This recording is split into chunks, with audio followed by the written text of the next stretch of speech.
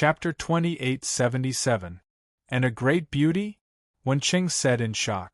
Her exclamation attracted the attention of the guards outside, who asked hurriedly, "Miss Wenqing, what is it?" Wenqing said hurriedly, "Yes."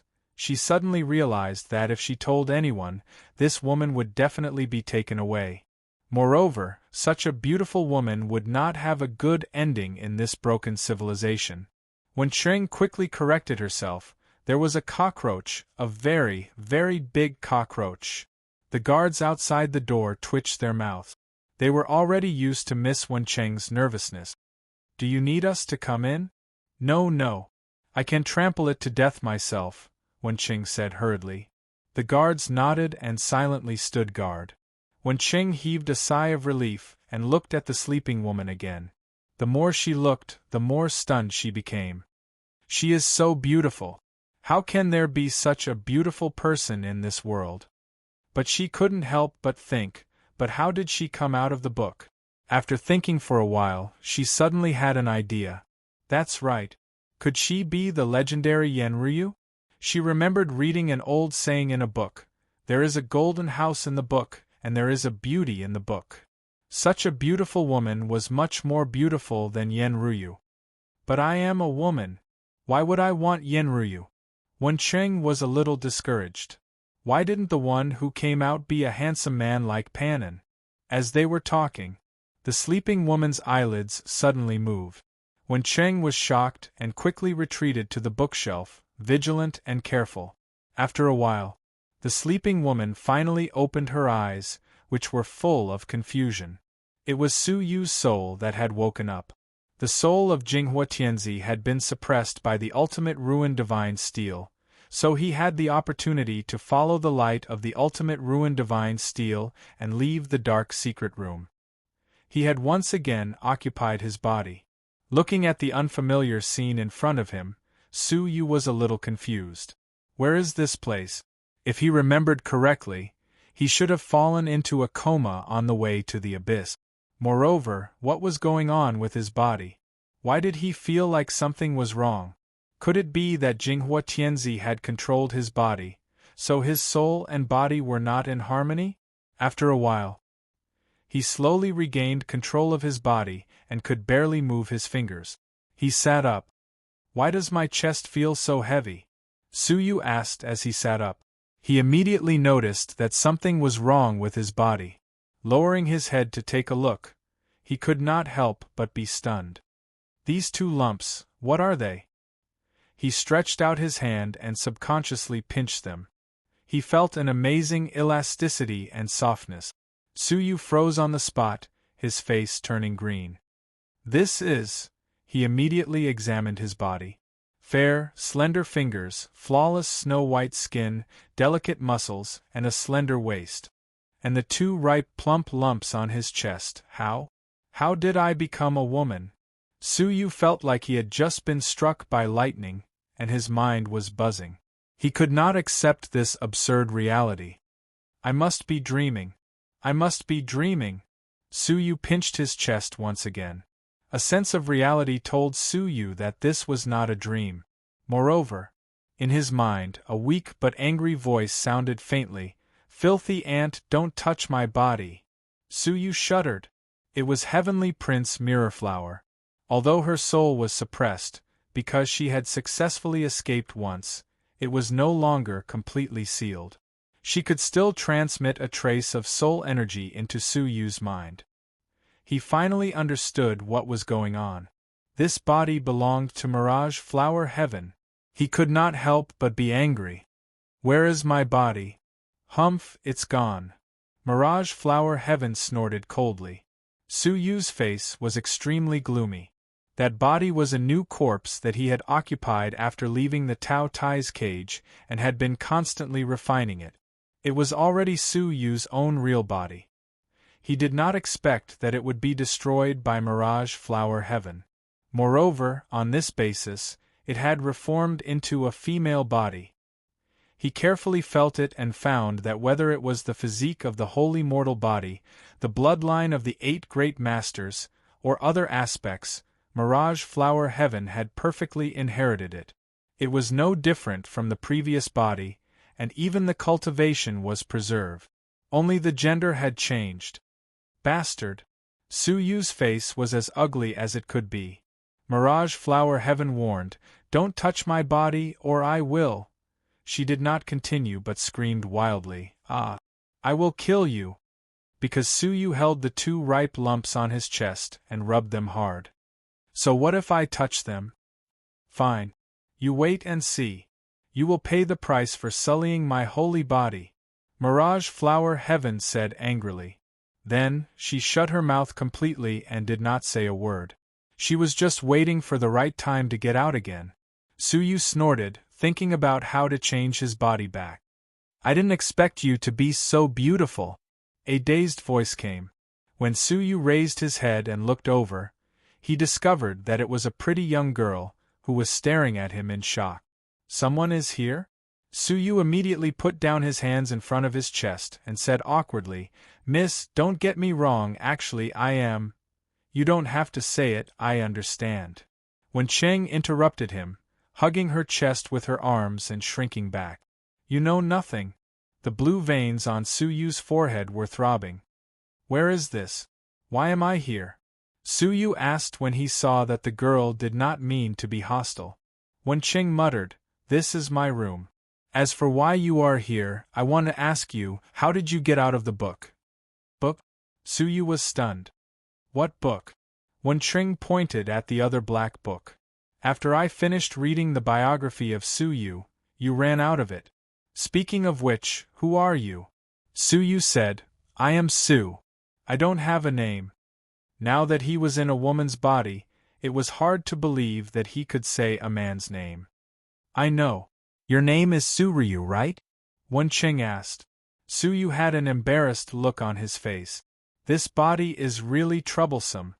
Can you leave me alone for a while?" Su Yu asked. He wanted to do a thorough examination of his body. Wen Qing nodded. "Sure, I will help you change your clothes." Su Yu's clothes were very luxurious. But because of this, he had to change his clothes. Otherwise, he would be easily targeted. After Wen Qing left, Su Yu checked his body immediately. Su Yu immediately examined his body. As he pondered, he tried to use the 8 great domains to rebuild his body. However, what made his face turn ugly was that this body, which had been modified by Mirage Flower Heaven, was completely immune to the 8 great realms. It did not work at all. Damn it! He slammed his palm on the table. Unexpectedly, before he slammed it down, a terrifying power surged in his palm. A single slap was enough to destroy the entire broken civilization. Chapter 2878. He stared at his palm in disbelief. This is the power of Heavenly Prince Miraflower's body?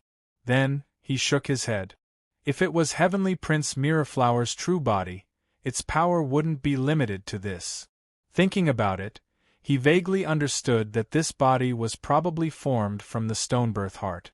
It was only a quarter of Heavenly Prince Miraflower's size. If the other 3 parts of his body were to successfully fuse together, the might of his palm strike would probably be 10 or even 100 times stronger. Is this the only benefit? Su Yu laughed bitterly. Given how powerful Heavenly Empress Miraflower's body was, even a peak mid-stage Tao Lord would have to retreat in front of her. But I must get my body back. Su Yu wasn't interested in maintaining a woman's dignity. Otherwise, how beautiful would it be when he met Xia Jingyu, Qin Xiener, and Su Kai'er in the future? Before that, it was better to figure out the situation first. Where was this place? Why weren't Yun Yazi and the others around him? Also, before he fainted, Sinful Girl had been by his side. Where was she now?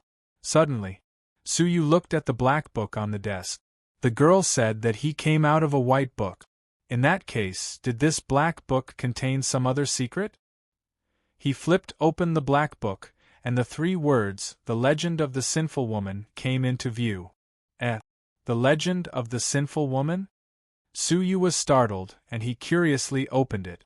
In the end, he saw the life of the sinful woman. Wen Qing might have felt bored just by watching, but Suyu could see the stubbornness of the sinful lady's pursuit of the pinnacle of the martial path in her early stages. To be able to continuously pursue one's own peak in the incomparably dull years. In the end, she mercilessly killed Yun Yazi and snatched the heaven's sun gazing at air. After reading it, Suyu let out a long sigh. The past was like smoke. Now, the sinful girl had been reborn from the ashes and obtained a new life. As soon as he finished reading, the black book burst into flames and turned into ashes. The ashes once again condensed into a beautiful figure. It was the sinful woman in black. She looked around blankly. When he saw that Suyu was close to him, he took out the sinful sword without hesitation and thrust it at Suyu. Suyu pinched the sinful sword between his 2 fingers and said hurriedly, "It's me." The sinful girl was startled and asked with uncertainty, "Who are you?" "I am Suyu. The soul of Heavenly Prince Mirrorflower has been suppressed by me again," Suyu said. However, the sinful girl did not believe it. How powerful was Mirrorflower, Heavenly Prince's soul? How could she be suppressed by Suyu?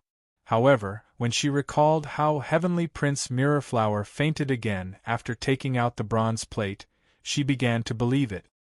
"What happened between us?" the sinful woman probed. Suyu blinked his eyes and said, "Me and you?" "Yes, you chased after me and then you kissed me." The sinful girl was still doubtful when she said that. There were many people who knew that she had tried to kill Suyu. However, only a few people knew that she had kissed Suyu. "Is it really you?" The sinful lady stepped forward in surprise, and she wanted to support Suyu. However, when she looked at his feminine body, she hesitated and said, "Your body," Suyu was helpless. "Don't mention it. My body has been modified by Heavenly Prince Mirrorflower, so I won't be able to return to normal in a short time." "Are you going to use a woman's body to travel around the 9-star civilizations in the future?" The sinful lady looked at Suyu, who looked exactly like her, and felt a little awkward. Suyu spread his hands. "What can I do? By the way, where are my master and the others?" Only now did the evil girl remember. She told him everything that had happened. "What? The great beginning realm is going to collapse?" Suyu was shocked. The 9-star civilization that he had been looking forward to for a long time turned out to be an ancient wasteland. It was beyond his expectations. "That Cheongchi must be up to no good," Suyu said with certainty. The 8-star civilizations and the Holy Mountain were fighting to the death. How could they reconcile so quickly? "I must find them as soon as possible," Suyu said to himself. Before that, he needed to find a way to restore his body. It was really inconvenient to wear a woman's body. "If you want to restore your body, I think you can try to find the Palace of Heaven," the sinful lady said. Speaking of which, the sinful lady used to be a member of the Palace of Heaven. The Palace of Heaven used to set up a sub-palace in our 8-star civilization, and I was a member of the sub-palace. I used to hear that there was a yin-yang gate in the main hall of the Great Beginning Realm that had existed since the beginning of the Great Beginning Realm. If you use it properly, you can change your gender. You can give it a try. Suyu was relieved. He finally had a target to look for. He was afraid that there was no way to find his body. "My soul and body have not completely merged yet. I will hide in this civilization for the time being. I will act only after I have fully recovered." The sinful lady agreed. The dangers of the 9-star civilizations are unpredictable. It will be difficult for you to act before you have fully recovered. After a pause, the sinful lady said, "Especially since you have become so beautiful. I am very worried about your personal safety." The sinful lady, who had always been cold and emotionless, had learned to tease others. The corners of Suyu's mouth twitched. He could not help but shudder at the thought that he might be targeted by a group of lecherous people. He immediately took out a black cloak and covered his entire body so tightly that even his age could not be distinguished. "Suryu, can I come in?" Wen Qing asked. Suyu looked at the sinful lady, gave her a look, and opened the small nightmare crossing lotus. The latter entered immediately. The appearance of two identical people was more or less troublesome. "Come in," Suyu said expressionlessly as he put away the nightmare-crossing lotus. When Cheng came in again, when she saw Suyu in a black robe, her eyes lit up. You are not stupid. You know how to cover yourself." Suyu looked at her and said, "I will stay in your room. Don't tell anyone. You will provide me with whatever I need." When Cheng put her hands on her waist and said angrily, "Hey, I am not your servant," Suyu said calmly, "In exchange, I can cure your eyes." He could tell that this woman's eyes were born with a defect. Treatments after birth would not work. "Cure my eyes? Forget it."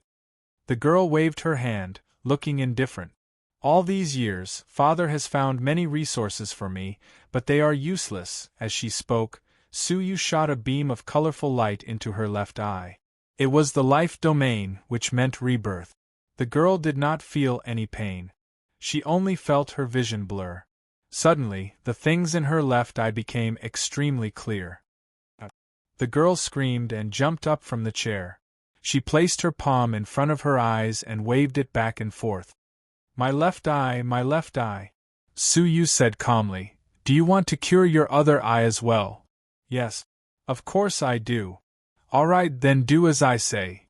Okay, wait. But if you stay in my room, where will I stay?" Wen Qing said, startled. She could not possibly move out, right? If that was the case, anyone would have to enter the room to take a look. "You can sleep on the floor," Suyu said nonchalantly. "I'll sleep on the floor?" Wen Qing pointed at her own nose. This was her room.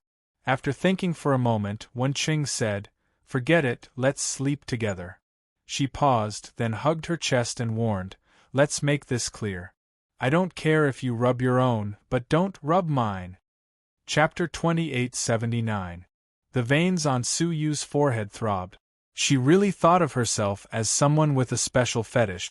"You don't even want to rub it." He glanced at her slightly protruding breasts, completely uninterested.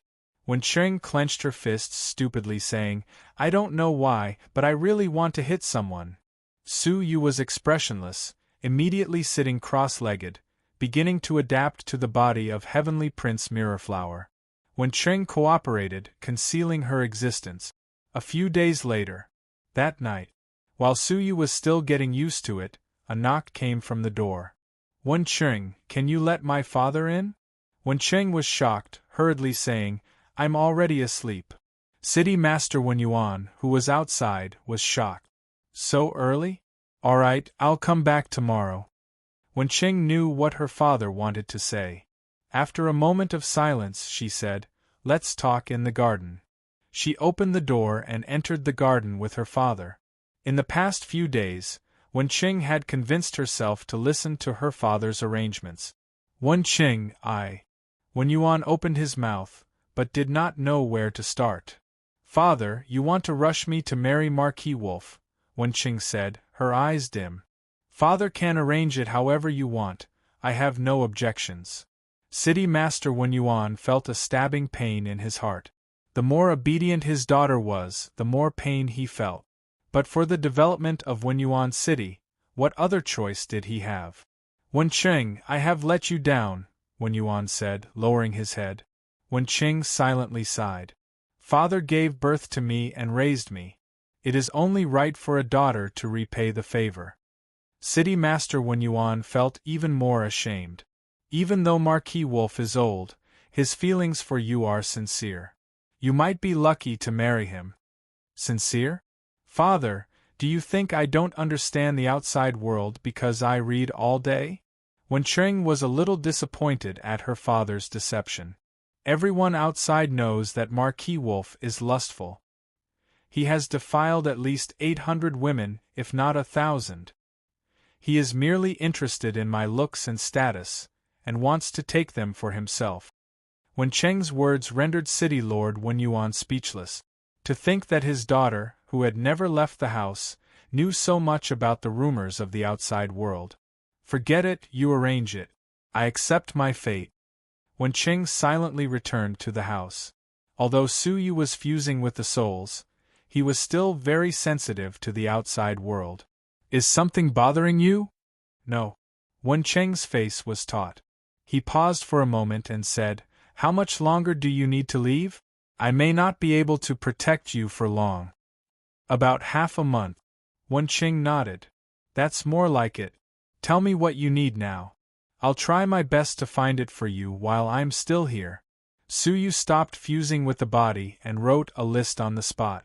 Most of them were materials that could facilitate the fusion of souls. They weren't rare materials. After Wencheng saw it, he frowned. They are all rare and hard to find. I need to go to the city to take a look. Although she could let the servants do it for her, it would definitely attract her father's attention. Therefore, he could only do it himself. Scarce. Suyu was surprised. This dilapidated civilization was really desolate. Something that could be easily found in an 8-star civilization was so difficult to find in this abandoned 9-star civilization. I will go with you, Suyu said worriedly. He was a little concerned about what Wencheng meant by saying that he was going to leave soon. Alright, it's good to come out and get some fresh air. But don't let anyone find out that you came out from my room. Otherwise, my innocence will be gone, Wencheng muttered. Suyu clenched his fist. Little girl, you're asking for a beating. Wencheng stuck out her tongue and giggled. Because they had a common secret, Wencheng was only open to Suyu.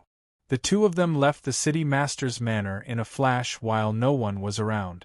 Walking in the city, Suyu kept shaking his head as he looked around. It was too dilapidated. There wasn't even a proper shop. It was filled with small stalls and hawkers. Is there such a lack of resources? Suyu and Wencheng searched for half a day and only found 30% of what they needed. Wencheng said helplessly, It's just so lacking. There was still 70% of what they had yet to find. Sister Ryu, are these things very important to you? Wencheng asked. Suyu nodded. Yes, very important. It's my most important matter. Hearing that it was so serious, Wencheng had no choice but to say, All right, there is a branch of the Star Alliance Chamber of Commerce in the biggest city of this dilapidated civilization. What? Star Alliance Chamber of Commerce? There was a Star Alliance Chamber of Commerce in such a place? How long has the Star Alliance Chamber of Commerce existed? Suyu asked. Wencheng shook her head. A very, very long time. I heard they are everywhere. If that was the case, the Star Alliance Chamber of Commerce of the 8-star civilizations was only the tip of the iceberg of the true Star Alliance Chamber of Commerce. The power of the Star Alliance Chamber of Commerce was a little terrifying.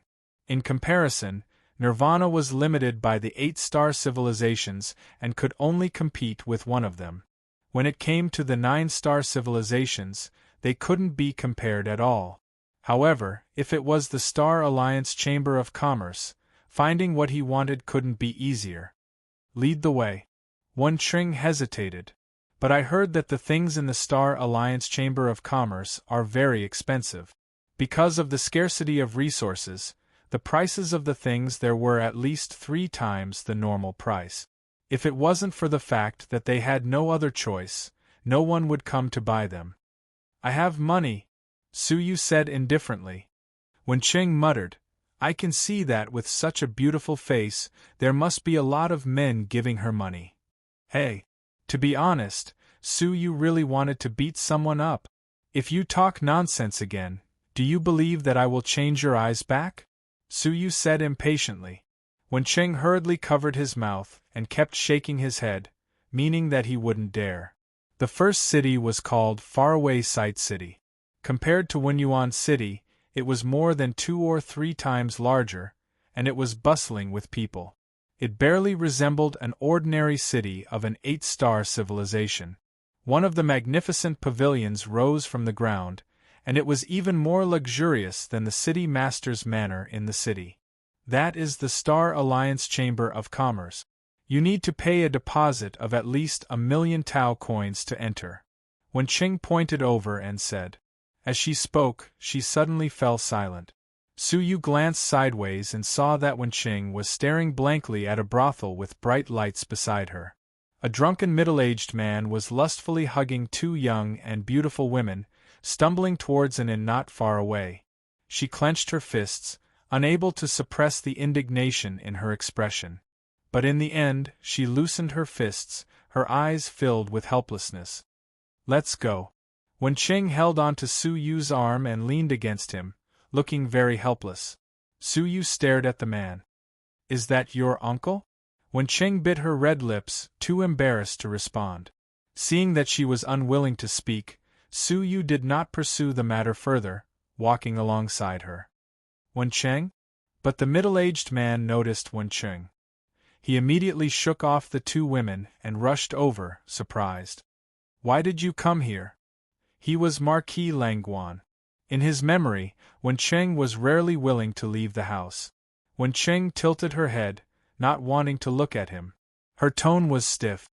"Why do I need you to care?" Marquis Langguan creased his brows. "How can you speak to your fiancée like that? Do you have any upbringing?" He had been caught playing with women outside.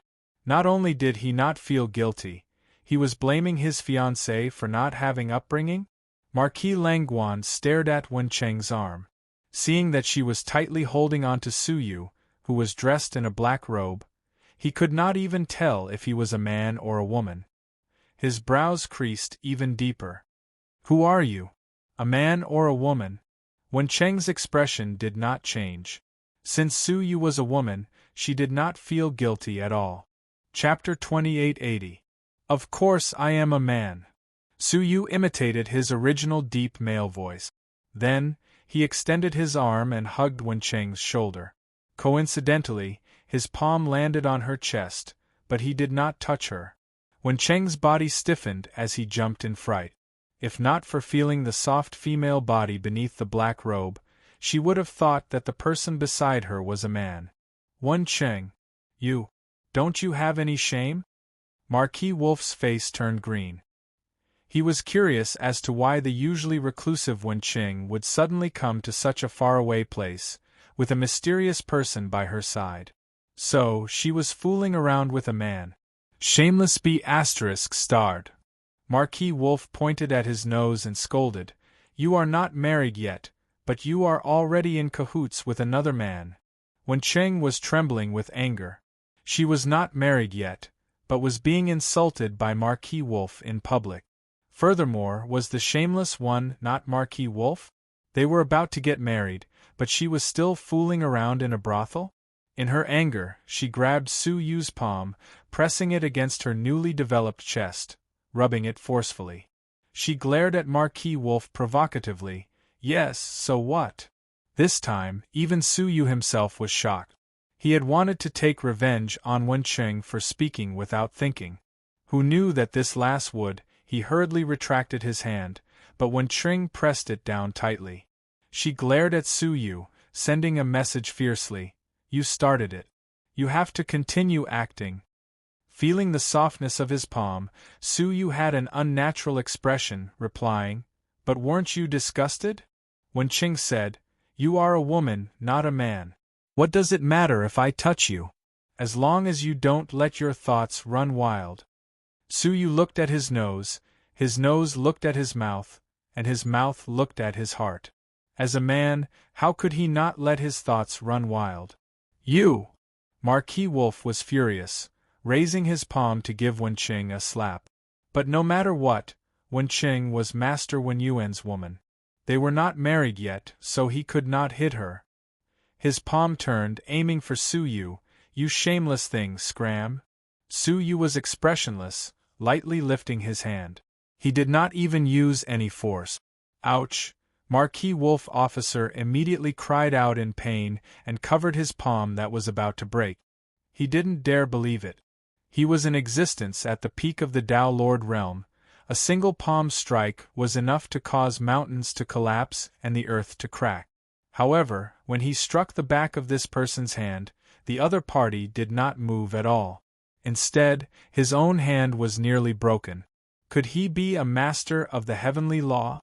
Marquis Wolf officer's heart jumped, but he shook his head. If he really had the cultivation of a master of the heavenly law, why would he need to stay in a broken civilization? They would have gone to the prosperous 9-star civilization a long time ago. Even if he stayed in a broken civilization, he would at least be the lord of a city. Therefore, he speculated that this person must have some kind of defensive treasure on the back of his hand. Stinking brat! Get out of my way! Marquis Wolf Officer pointed at himself. Do you know who I am? You'll be scared to death if I tell you. Suyu said indifferently, Oh, so your name is scaring you to death. This name can really scare people to death. Puff Wencheng was stunned for a moment. When he understood, he immediately burst out laughing. You! Marquis Wolf Officer was about to attack. Suyu waved his hand in boredom. When I'm in a bad mood, get lost. He was too lazy to bother with such a small fry. As he spoke, he put his arm around Wencheng's shoulder and left. Marquis Wolf Officer clenched his teeth. Which man could tolerate his woman being taken away by another man in front of him? Stop right there. Marquis Wolf Officer tried to chase after him. But Suyu only took a light step forward and disappeared from his original spot. Marquis Wolf Officer looked left and right, but he could not see a shadow at all. Wencheng, come out! Marquis Wolf Officer shouted loudly, looking around anxiously. Suyu and Wencheng had already arrived in front of the Star Alliance Chamber of Commerce. He let go of his hand and said, Next time, don't think of using me. But Wencheng did not hear him at all. She continued to ask, Why is your physique so strong? Why are your movement techniques so strong? Why did your voice change to that of a man? Why? Suyu extended a palm and covered her small mouth, which was chattering incessantly. He said, Little girl, curiosity killed the cat.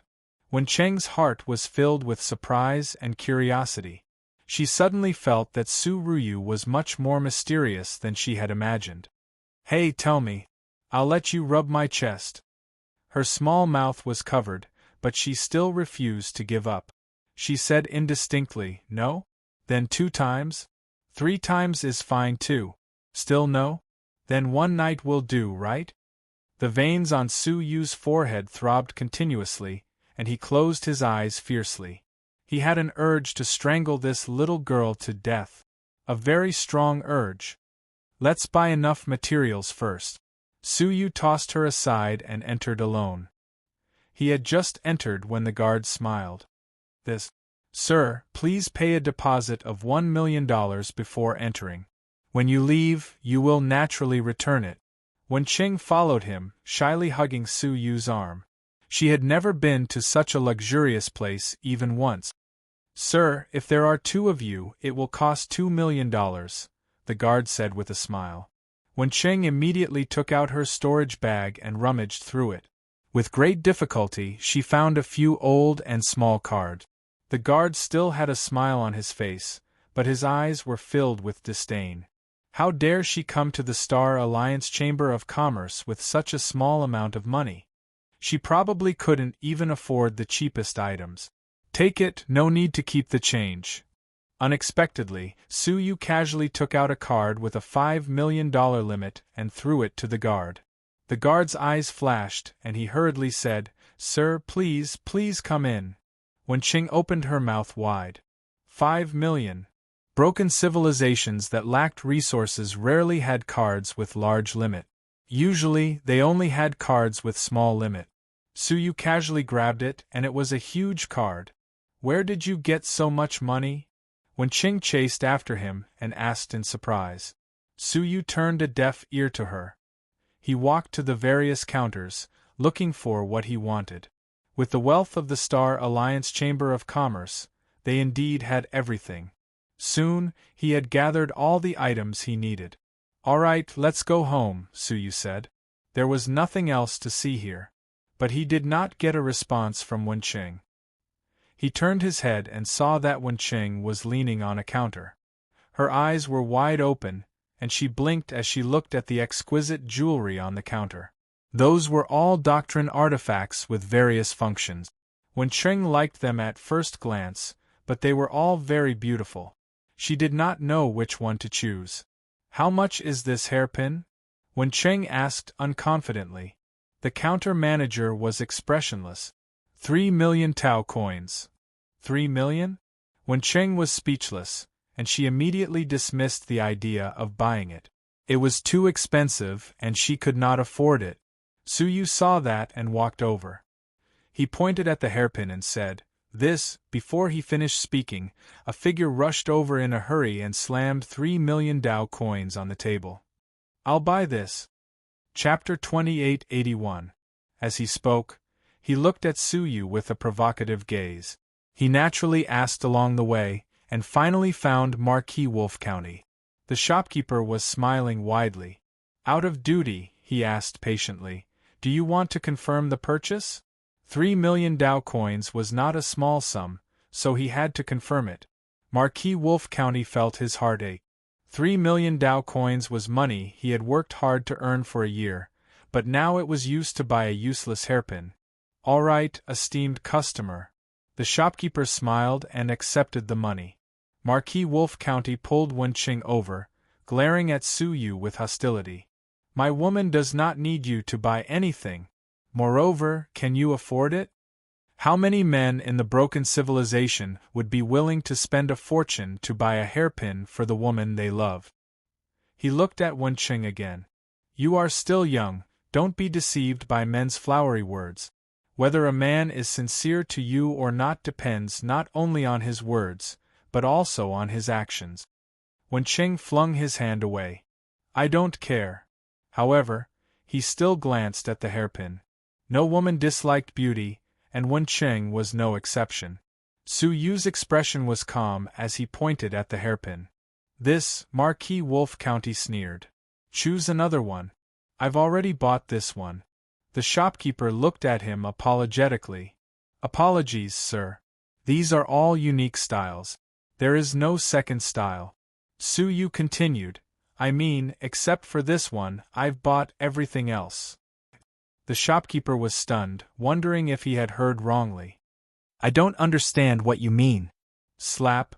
A black card was slammed onto the table by Su Yu. "I don't want to say it a second time." The shopkeeper gasped. A steamed black card? There were at least 100,000,000 heavenly law coins in the black card. Not to mention these jewelry, even half of the items in the Star Alliance Chamber of Commerce could be bought with it. Yes, sir. I'll get it for you immediately." The shopkeeper held the black card in his hand. He was afraid that Su Yu would go back on his word. He took out all the jewelry from the counter as quickly as he could and placed them respectfully in front of Su Yu. "There are a total of 130 pieces, all of which are valuable. Please examine them, sir." His expression was filled with reverence. How could a person who could spend hundreds of millions of Tao coins to buy jewelry for a woman be simple? There weren't many people like him in the many dilapidated civilizations, so how could he not respect him? Su Yu picked out the hairpin from the pile and threw it to Marquis Langguan. "Yours!" Then, he wrapped up the rest and stuffed it into Wen Cheng's arms. "Go home and pick slowly." Wen Cheng was dumbstruck. He held onto the heavy jewelry as he was carried away by Su Yu. Only Marquis Langguan was left standing in shock, his hand holding the hairpin that he had spent a year's worth of blood and sweat to buy. He thought it was a big deal to spend 3,000,000. However, the other party had actually spent nearly 100,000,000 on Wen Qing in one go. What did that mean? In that instant, he felt that he was completely inferior to Wen Qing. He was not worthy of Wen Qing at all. After staring blankly for a long time, he slowly came back to his senses and shook his head. "No, you shouldn't think like that. Being rich isn't a big deal. What's important is ability. I am the only person City Lord Wenyuan can rely on." Whether City Lord Wenyuan values money or ability, the answer is obvious. Today's broken civilization lacked all kinds of resources, not money. What was the use of having money that could not buy things? Thinking to this point, he pulled himself together.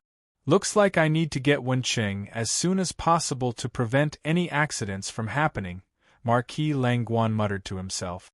However, I need to think of a way to urge City Lord Wenyuan. After Su Yu returned, he immediately went into seclusion.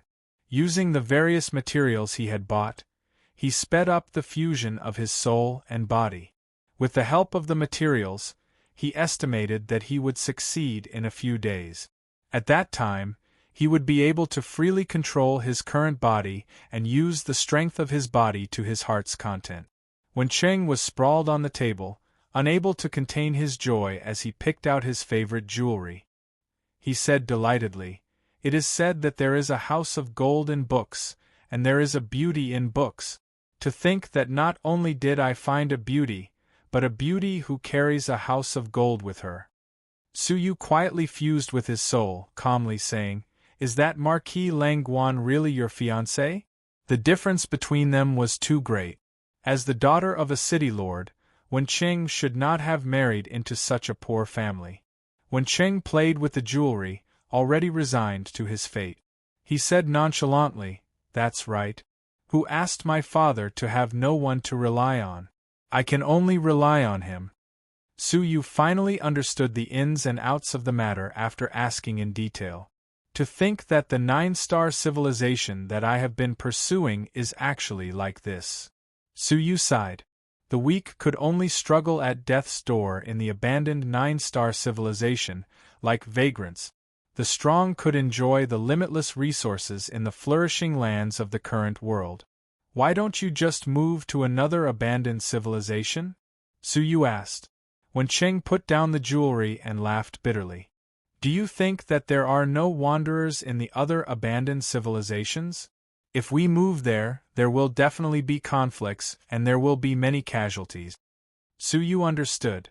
There was more than one abandoned civilization in front of them. It would be good if we could protect the abandoned civilization in front of us.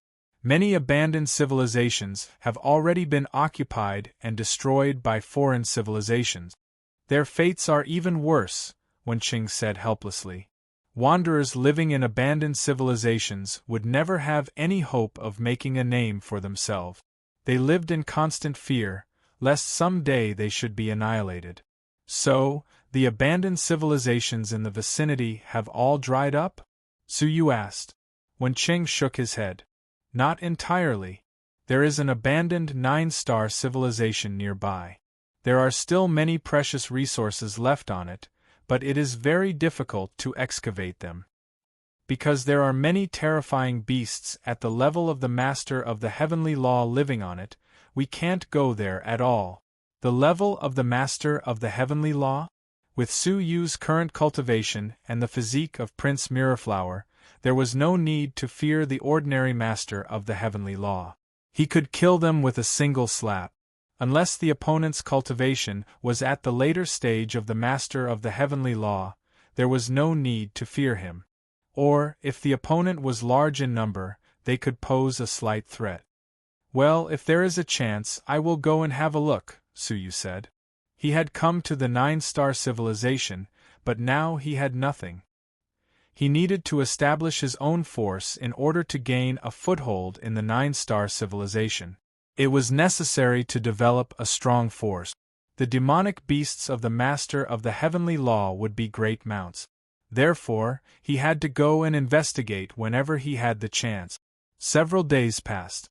With the help of many materials, he finally fused with Prince Mirrorflower's body perfectly. Except for a few parts of the body that he felt unbearable, the rest was fine. Chapter 2882. Without a doubt, Marquis Langguan had complained to the Wenyuan city master. "Oh, wait a minute."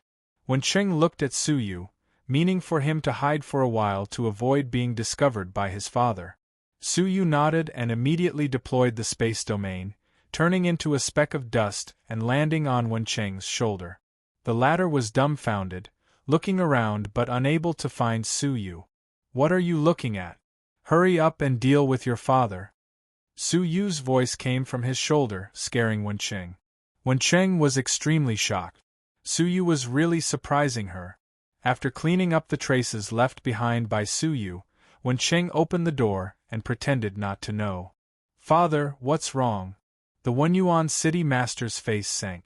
Let me ask you, did you go to the first city 3 days ago? Yes. With a man? Yes. Wen Qing was very honest. A misunderstanding was a misunderstanding. He was not afraid of his father getting angry. The Wenyuan city master pointed angrily. You want to anger me to death. What if Marquis Langguan runs away? Wen Qing did not care. If he runs, he won't complain to you. Hey! How can you be so insensible? I know you feel wronged, but you can't do something so shameful as to make peace with a man, right? The Wenyuan city master rebuked. Wen Qing laughed coldly. As long as I have a clear conscience. Father, is there anything else? If not, I'm going to rest, Wen Qing said calmly. He had nothing to say to his father. Wait. The Wenyuan city master said with a straight face. The nearby Haotian civilization has begun to collapse again. The demonic beasts inside have all dispersed. You and Marquis Langguan will lead the strong men of Wenyuan City to excavate resources. Most of the abandoned 9-star civilizations were unstable and always in the process of collapse. The nearby Haotian civilization was the same, and every time it collapsed, the ferocious demonic beasts would flee in all directions. They had no time to hunt for invaders. Therefore, this was the best opportunity for the broken civilization. As long as they were willing to take the risk of collapse, they could excavate countless treasures. The number 1 city was originally a city that was about the same size as profound Wenyuan City. After the collapse of the Haotian civilization, they managed to excavate many precious resources from above, which gave them the opportunity to grow stronger today. Now that the Haotian civilization was collapsing on a small scale, there was another opportunity. How could Wenyuan City give it up? Hearing that he was going with Marquis Wolf Officer, Wen Qing instinctively refused. However, Su Yu's voice sounded in his ears. Agree to him. I'll protect you in secret, so don't worry. Wen Qing thought about Su Yu's terrifying physique and movement technique. He did not want to go against his father's wishes, so he nodded and agreed. All right. City Lord Wenyuan was surprised. Based on his understanding of his daughter, she would definitely not go. She didn't expect him to agree so readily. Presumably, the reprimand just now made his daughter feel remorseful, so she wanted to travel with Marquis Wolf Officer to improve their relationship. This was something City Lord Wenyuan was happy to see. All right, we'll leave tonight. Hurry up and get ready. The collapse of the Haotian civilization was sudden and did not give people enough time to prepare. All civilizations were racing against time to seize the initiative. All right. In the evening, several streaks of starlight had already soared into the sky, leaving the current dilapidated civilization and heading towards the nearby Haotian civilization. That was because the other cities had already sent people there. City Lord Wenyuan could not wait any longer. He hurriedly summoned Wen Qing and Marquis Wolf Officer, as well as a group of capable generals. There's no time to continue preparing, all of you set off immediately. Marquis Wolf Officer will tell you the details of the collapse along the way. City Lord Wenyuan immediately sent people on their way. The group immediately boarded the Flying Doctrine artifact and sped towards the Haotian civilization. They entered the pitch-black nothingness. Wen Qing was a little uneasy. She shrank into a corner and secretly transmitted her voice to the surroundings. Where are you? I'm here, Su Yu replied briefly. Wen Qing immediately felt at ease, as if there was nothing to worry about as long as Su Yu was there. Marquis Wolf Officer had a hint of caution in his eyes. Wen Qing, who are you talking to? He looked around, but there was no one there. Wen Qing calmly said. Talking to air? Marquis Wolf Officer thought Wen Qing was speaking out of anger. He stepped forward and sat beside her, trying to hug her. Wen Qing, when we reach the Haotian civilization, I will protect you. However, Wen Qing cleverly avoided him and moved to another corner, saying, "Please behave yourself." The rest of the people on the doctrine artifact could not help but snicker. Haste makes waste. Marquis Wolf Officer, please slow down. That's right. Miss Wen Qing is still an unmarried virgin. Marquis Wolf Officer looked embarrassed when he heard the people's teasing. He was annoyed and secretly glared at Wen Qing. He snorted in his heart. When we reach the Haotian civilization, I will make sure that no one will respond to you. He smiled casually. Now let's talk about the situation at the Haotian civilization. We have detected a small-scale collapse in the 98th district. The civilization energy there has probably been weakened to the extreme. It cannot withstand the collapse and has begun to collapse. The area of the collapse is hundreds of millions of square miles, which is equivalent to the area of our dilapidated civilization. Because of the collapse, all the demonic beasts within the target area have fled. Therefore, we need to spread out and dig for more resources as fast as possible. Before the demonic beasts return, we must leave the Haotian civilization and complete this excavation mission. Everyone understood that the most important thing for this mission was time. They had to leave the Haotian civilization before the tide of demonic beasts returned. Now let's assign teams, Marquis Wolf Officer said. Wen Qing and I will be in a team. I refuse, Wen Qing said without hesitation. I can go alone. She hated Marquis Wolf Officer and understood his character. Did she think that she was too safe to team up with him? Marquis Wolf Officer smiled and did not say much. After all, this little sheep would not be able to run away in the Haotian civilization. All right, but I'll still assign someone for you. Nephrite, you'll be with Wen Qing. He assigned a female. Wen Qing did not refuse. Soon, the teams were all arranged. Soon, everyone arrived in the sky above the Haotian civilization. Let's go. Marquis Wolf Officer looked serious. He had two goals this time. Apart from cooking his life and obtaining Wen Qing, there was another goal. He wanted to obtain an astonishing amount of resources so that City Lord Wen Yuan would have nothing to say and marry Wen Qing as soon as possible. Wen Qing and his companion, named Nephrite, landed in the Haotian civilization. What they saw was a desolate, collapsed area. Mountains had collapsed and the ground had cracked. There was devastation everywhere. Not far away, there was an abandoned city that was almost engulfed by the cracked ground. Their eyes lit up. "We're so lucky to encounter a city as soon as we arrived," Nephrite said happily. Chapter 2883.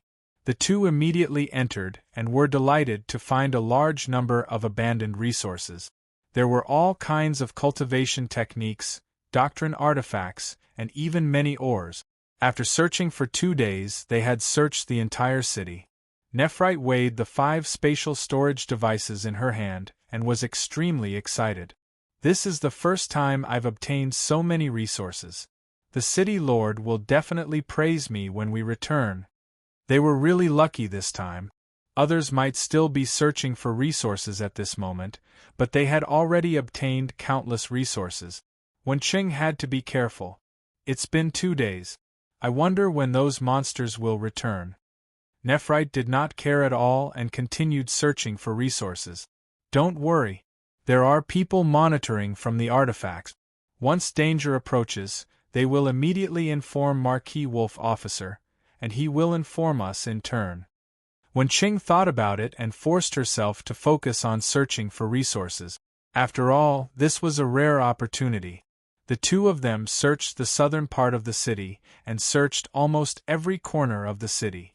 "It's about time to change places," Wen Qing said to herself. Suddenly, the two's messages appeared at the same time. Wen Qing was shocked. "Are the monsters back?"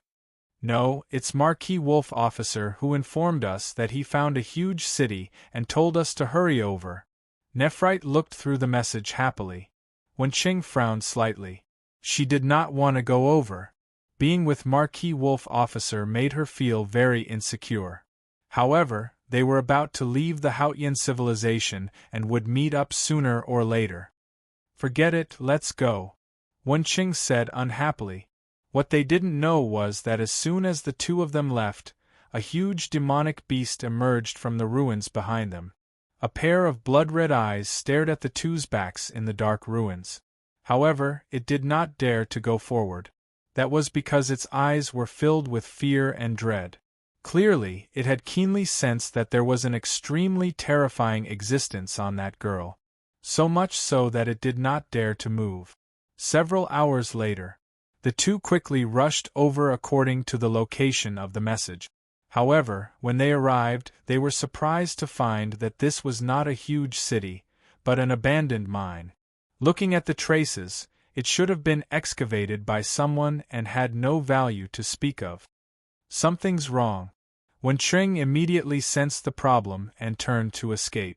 However, it was too late to escape now. Since you're already here, you still want to leave? A huge net descended from the sky, enveloping everything nearby. Wenqing and the others only had movement techniques, but they could not escape at all. They were enveloped on the spot. A teasing female laughter came from the mine. How have you been, Sister Wenqing? Wenqing turned his head and immediately recognized her. Xiao Yan. Xiao Yan was the daughter of the city lord of the number 1 city. Ever since she was young, she had been born an outstanding beauty, beautiful and moving. That wasn't all, her cultivation was also great, already reaching the peak of the Tao Lord realm. Her status was also higher than hers. In short, he was better than Wenqing in every aspect. She was dressed in a long blue gown and looked very lovely. Her beautiful face had a faint smile on it. A large group of cultivators from the first city surged out from behind her and subdued the two women. They then snatched the resources that they had painstakingly gathered and handed them over to Xiao Yan. Xiao Yan's eyes lit up and his smile widened. I didn't expect you to have such a great harvest, right? Just the two of you have found more than the 10 of us. Wenqing bit her lips and said, We got it, let us go. There was a rule between the cities of broken civilizations. They were not allowed to kill each other over resources.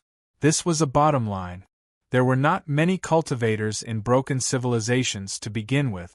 If they were to engage in a fierce battle because of this, it would wear down their vitality. Sooner or later, people from other civilizations would take advantage of this weakness and invade. Sure. However, aren't you concerned about how I was able to trick you into coming here? Xiao Yan asked. The one who had sent the message was Marquis Wolf Officer. Marquis Wolf Officer's current situation was obvious. She clapped her hands and two people from Profound Literature City were brought over. One of them was Marquis Wolf Officer. When he realized that Wenqing had also been subdued, he struggled angrily and said, Xiao Yan, come at me if you have any problems, don't make things difficult for Wenqing. He looked as if he was extremely concerned about Wenqing. However, in Wenqing's eyes, he was too pretentious and did not affect her emotions at all. She was even a little disappointed. It would be great if Xiao Yan could kill Marquis Wolf Officer. Hee, what a sincere Marquis Wolf Officer, Xiao Yan said regretfully. You don't want a great beauty like me, but you want that little girl Wenqing. I really don't know what you're thinking. It seemed that Xiao Yan had publicly announced that she had taken a liking to Marquis Wolf Officer, but had been flatly rejected by him. Marquis Wolf Officer said sternly, I, Marquis Wolf Officer, have only liked Wenqing in my life. I, Marquis Wolf Officer, appreciate Miss Xiao Yan's affection. His words seemed to come from the depths of his heart. They were especially sincere and moved people's hearts, causing Xiao Yan's eyes to shimmer. Stop pretending. Don't you find it disgusting? Wenqing said bluntly, undisguised disgust on her face. She stared at Xiao Yan and said, Tell me, which eye are you blind? Why would you take a liking to the old, ugly, and lecherous Marquis Wolf Officer? If you really take a liking to him, then be together with him. What are you pretending in front of me for? Women understood other women the best. Xiao Yan would take a liking to Marquis Wolf Officer? What a joke! Even if she died, she would not even look at Marquis Wolf Officer. Now, she was saying such things in front of her. Wasn't she trying to set off Marquis Wolf Officer? Wen Cheng was almost certain that the two of them were in cahoots. They were singing the same tune, showing off their friendship. Marquis Wolf Officer's face stiffened, his eyes flashing. Xiao Yan's pupils also contracted, but she pretended to be calm and sighed. Little sister Wen Cheng, you really don't know how lucky you are. Marquis Wolf Officer is the #1 warrior of profound literature city. Isn't it normal for me to have feelings for him? On the other hand, you are his fiancée, but you don't know how to cherish him. As an outsider, I can't stand it. Wen Cheng laughed. If you can't stand it, then don't look. Let me go. Xiao Yan's expression was somewhat unsightly. Wen Cheng's personality was too stubborn, and she couldn't be persuaded with words. A gentleman has the beauty of helping others achieve their goals. I'll fulfill you 2 lovebirds. Xiao Yan took out 2 jade bottles. Wen Cheng sensed that something was wrong. What are you doing? Xiao Yan had a faint smile on his face. This is a resource I just found. It's useful for 2 people who are in love with each other. It's perfect for you and Marquis Wolf. What? Wen Cheng's face instantly turned deathly pale, and she said angrily, You dare? Marquis Wolf Officer was overjoyed. This was indeed a trap he had set up. He and Xiao Yan had joined hands and were prepared to openly take care of Wen Cheng. Afterwards, when the profound literature city lord interrogated them, anyone could testify that he had betrayed them. What was done, and Wen Cheng had lost her purity. What else could she do besides marry him? Chapter 2884. Of course, on the surface, Marquis Wolf Officer would righteously refuse. Xiao Yan, I won't allow you to hurt Wen Cheng. Stop. Otherwise, you and I will be irreconcilable. Xiao Yan smiled sweetly. I'll help you, but you still want to be irreconcilable with me? How heartless. Marquis Langguan struggled with all his might and growled, Don't do this to Wen Cheng, she's just a kind child. When Wen Cheng heard this, he was unmoved. All that was left in his eyes was a disdainful sneer. Keep pretending. Did he really think that she couldn't tell that the 2 of them were conspiring? How could she not know what kind of person Marquis Wolf Officer was? Lecherous as life itself. Now that he was about to obtain her, why would he resist so fiercely? He was just putting on an act for everyone to see. In fact, he was incomparably happy. However, even though she understood, Wen Cheng could not point it out. She could only seek help from Suyu. Ryu, save me. However, what caused Wen Cheng's heart to fall to rock bottom was that there was no response from his shoulder. Even when Xiao Yan walked up to him with a smile, Suyu still showed no signs of showing himself.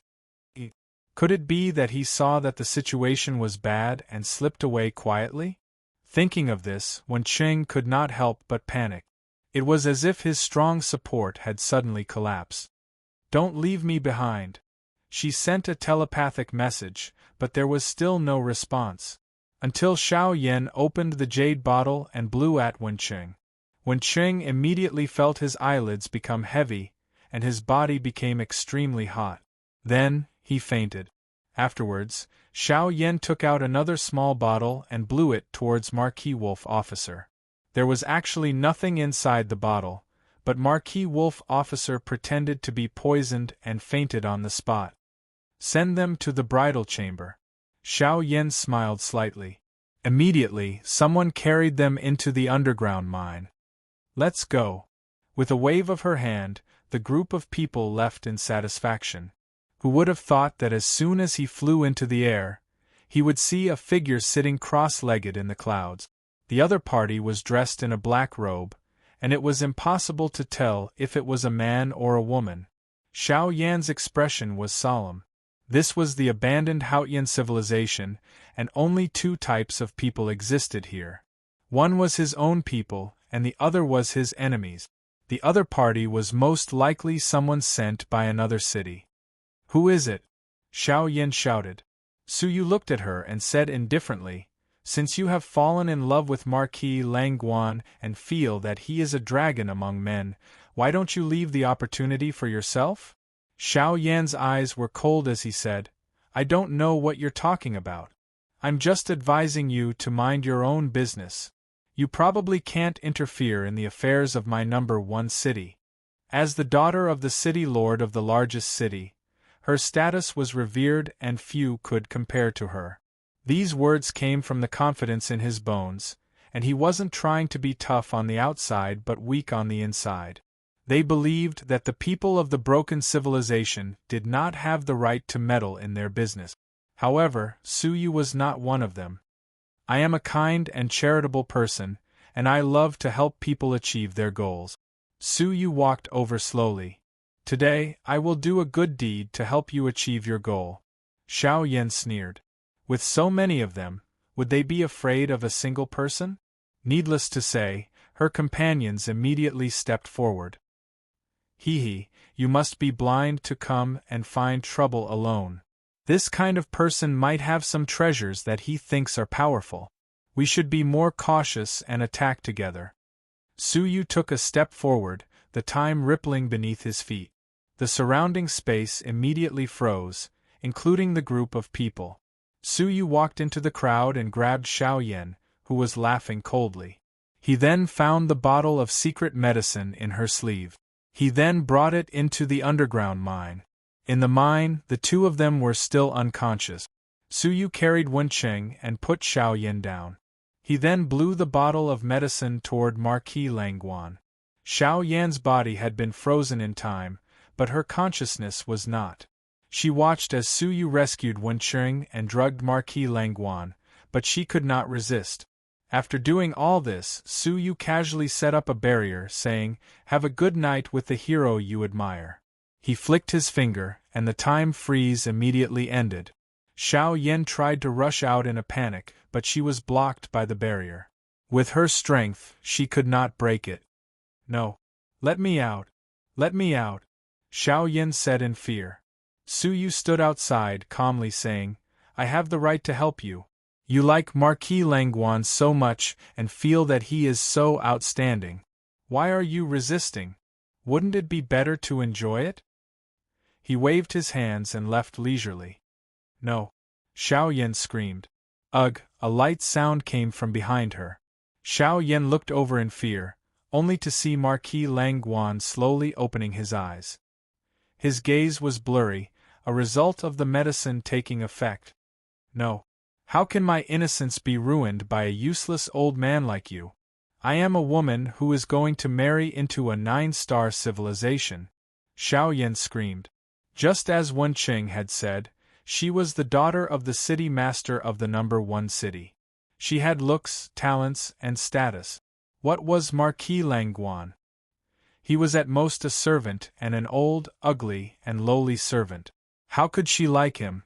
Seeing that Marquis Langguan was about to wake up, Xiao Yan's eyes flashed with ruthlessness. She pulled out a dagger and stabbed it toward Marquis Langguan's heart. "Don't blame me. Blame yourself for being too dirty and not worthy of me." Xiao Yan's expression was ferocious. However, just as she was about to stab him, Marquis Langguan woke up completely and grabbed Xiao Yan's wrist. His eyes were bloodshot and he panted heavily. He had clearly realized that he was on the verge of collapse.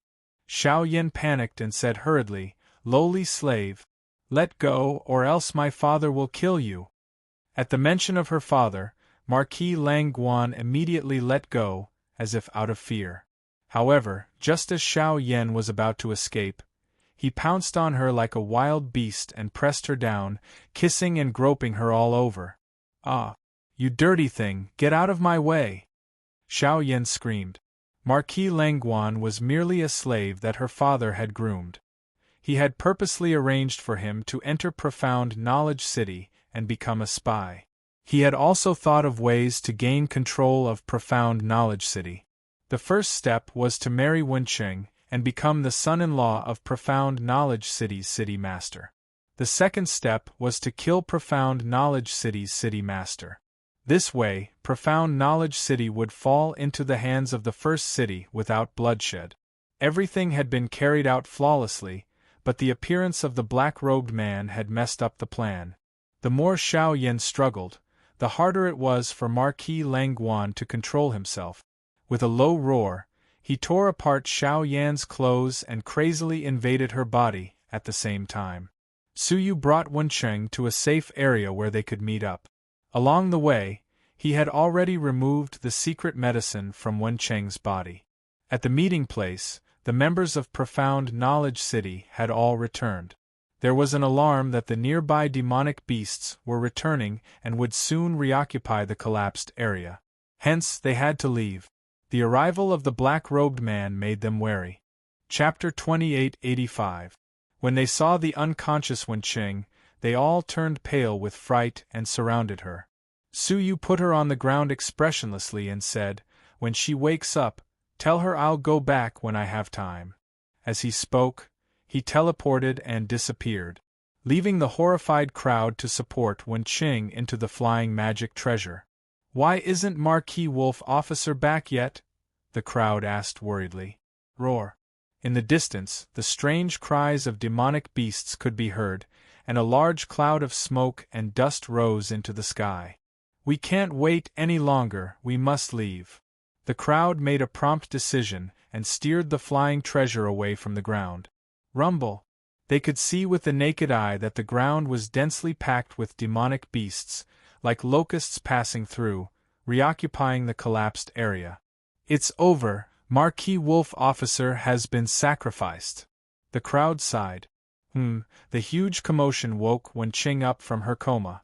She looked around at her companions in confusion, then at the familiar flying treasure.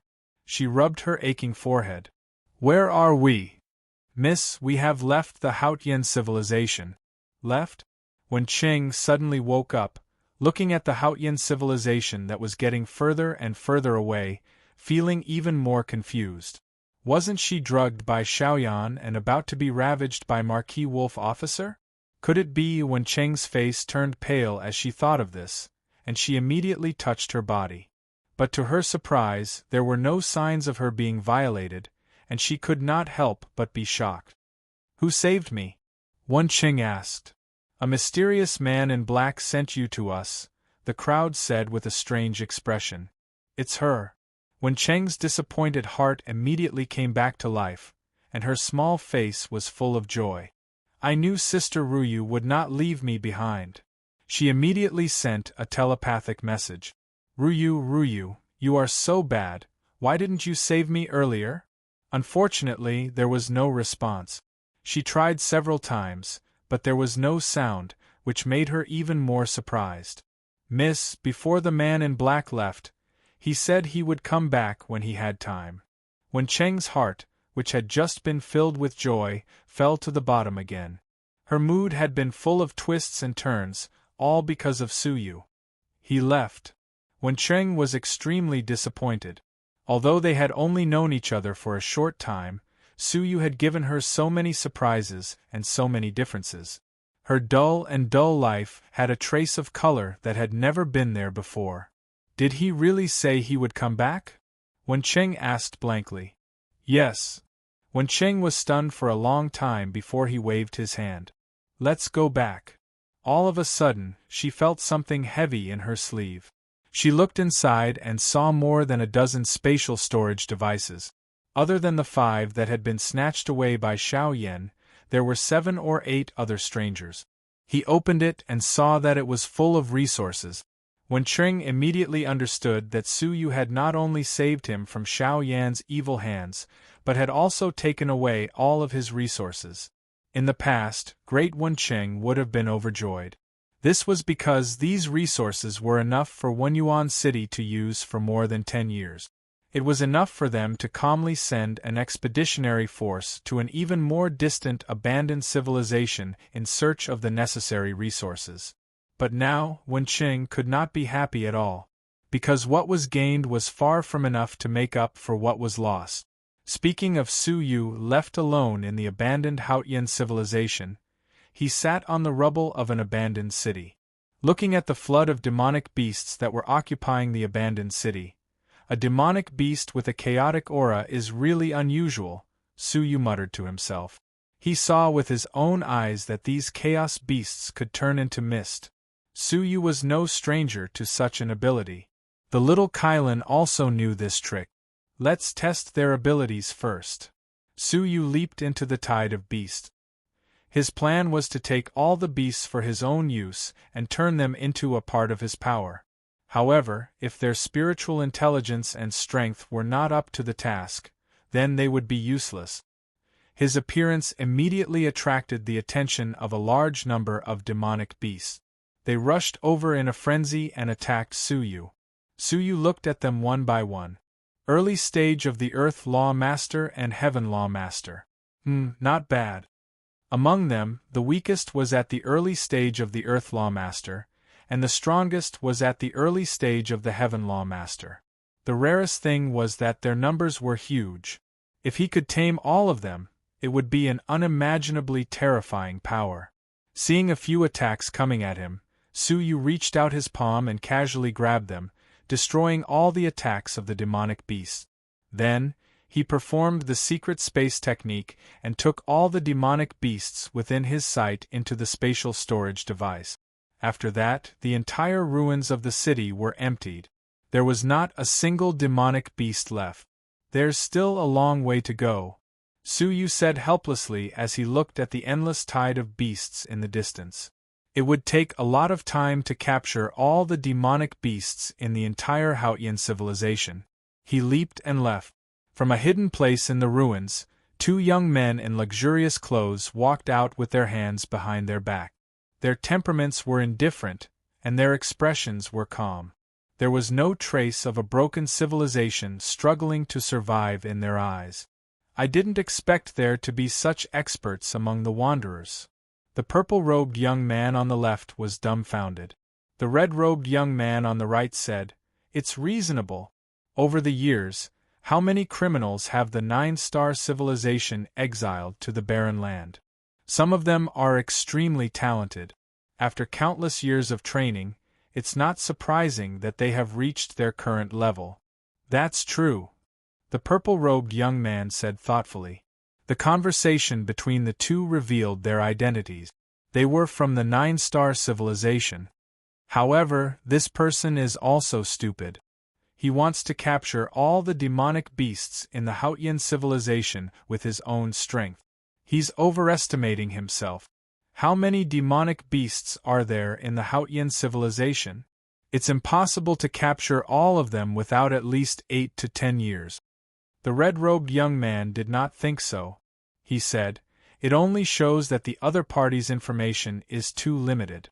He doesn't know that there is a king among these beasts. If he can capture it, he can command all the demonic beasts. It's much easier than capturing them one by one." The purple-robed young man smiled. "Let's not waste any more time. Let's go find the king of the demonic beasts and remove the sharp horn on its head." The red-robed young man laughed. "You want to woo that fairy too? I advise you to give up early. There are many people who are pursuing her. Haha, as if you didn't come here to find what the fairy needs to please her." The two of them looked at each other, and there was a hint of hostility between them.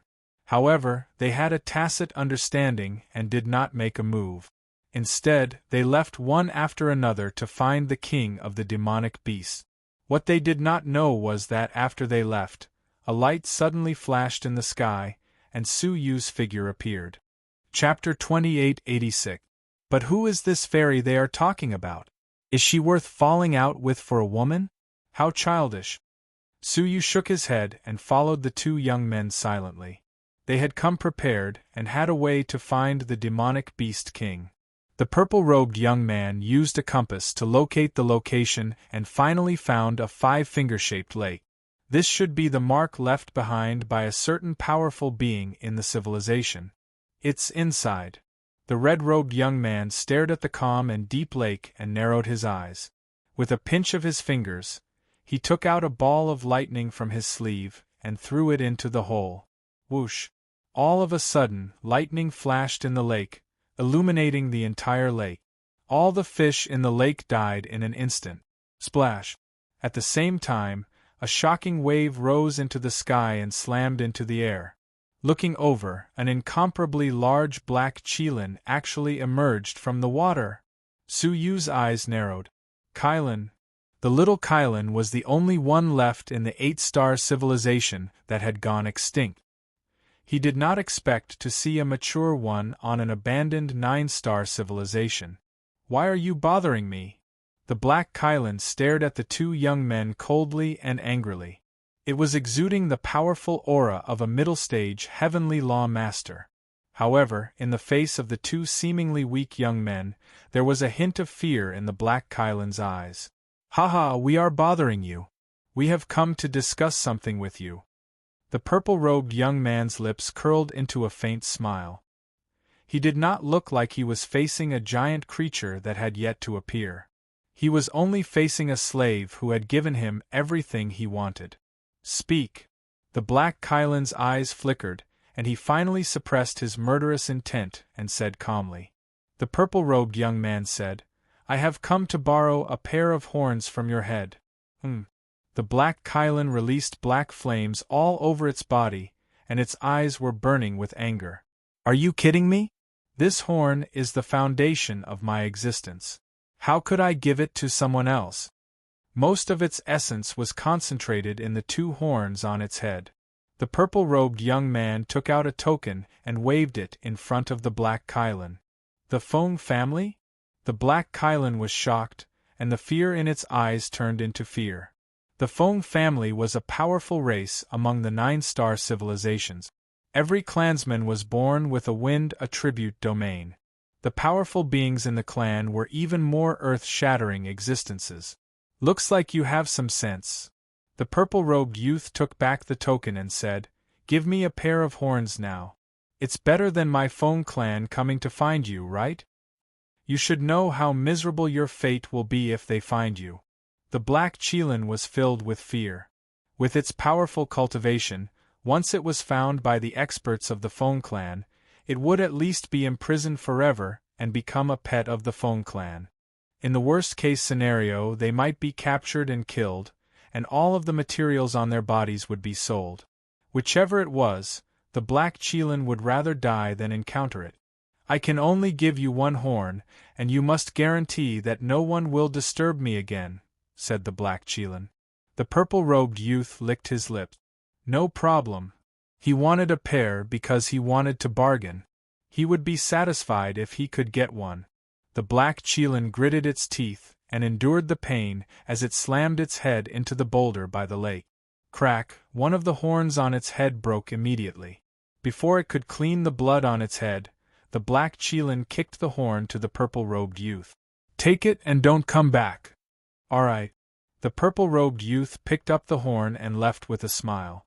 The black qilin stared at the other red-robed youth and frowned. Why aren't you leaving? At that moment, the purple-robed youth looked at it with a faint smile. Let me introduce you to the ancient Tomb clan. We're not on the same side. What? The black qilin thought that the two of them were on the same side and asking for the same thing. The black qilin felt like it had been tricked.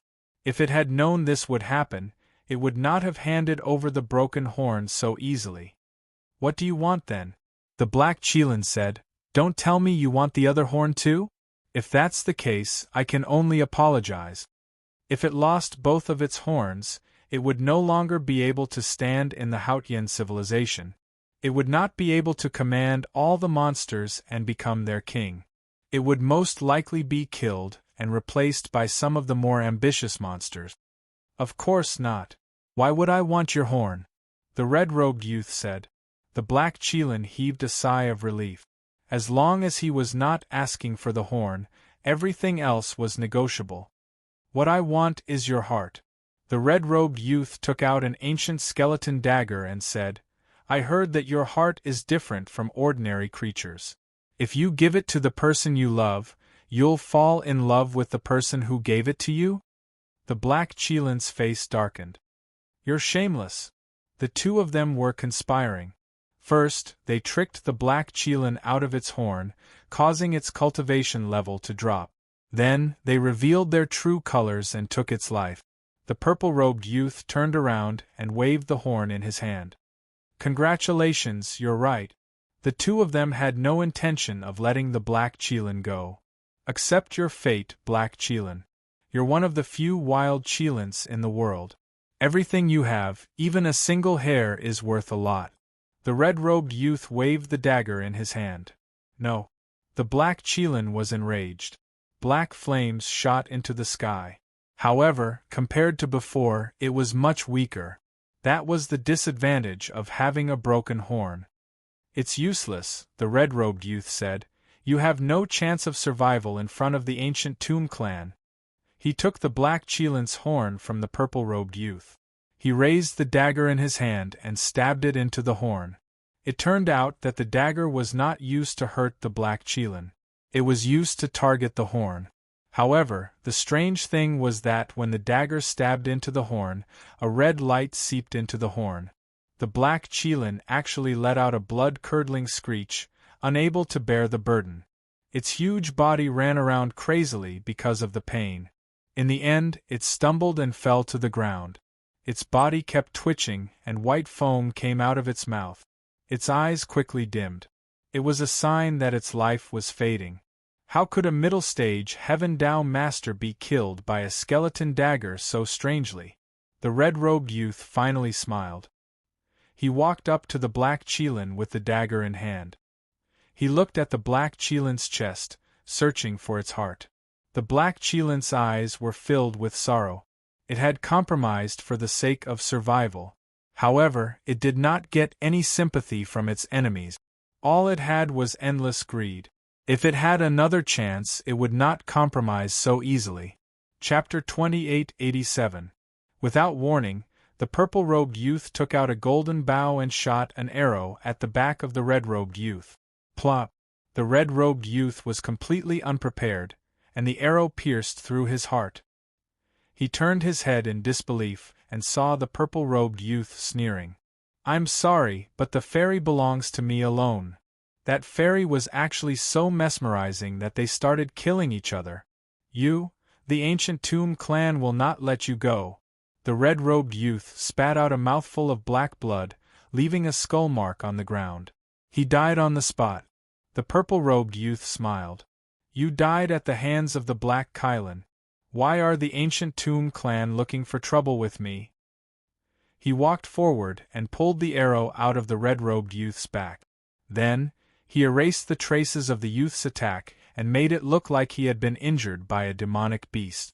After that, he picked up the red-robed youth's skull dagger and stabbed it into the chest of the black Qilin. I want your heart!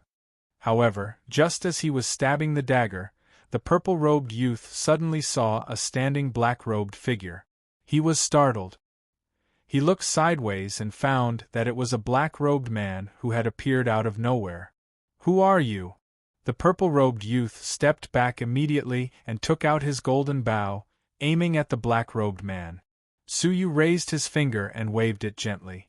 A wave of space power swept out and knocked the golden bow away. At the same time, the terrifying power of the early stage of the Master of the Heaven Law was released. Get lost, he said lightly.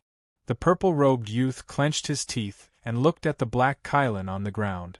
He was extremely unwilling to give up.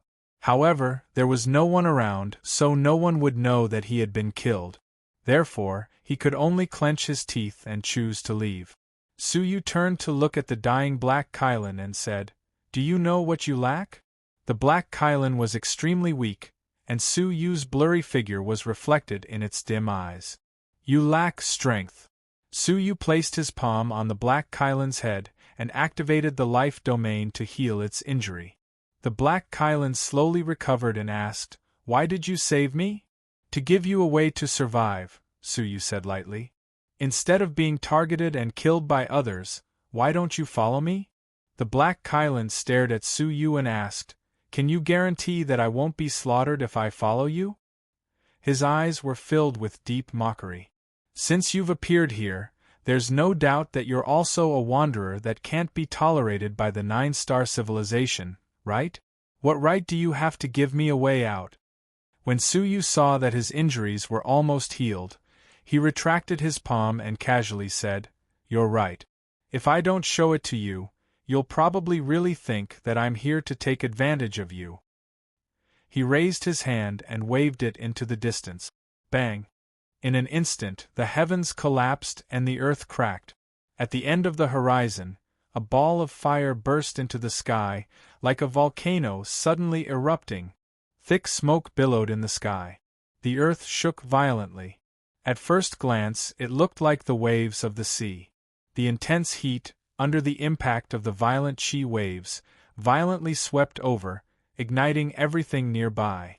In the blink of an eye, the entire area had turned into a sea of fire. In the light of the fire, Su-Yu's back looked exceptionally extraordinary. It was as if he was a peerless existence that controlled the heavens and earth and suppressed the universe. The Black Kylan's eyes widened and they were filled with shock. The power of that palm was extraordinary, almost close to the later stage of the heavenly law master.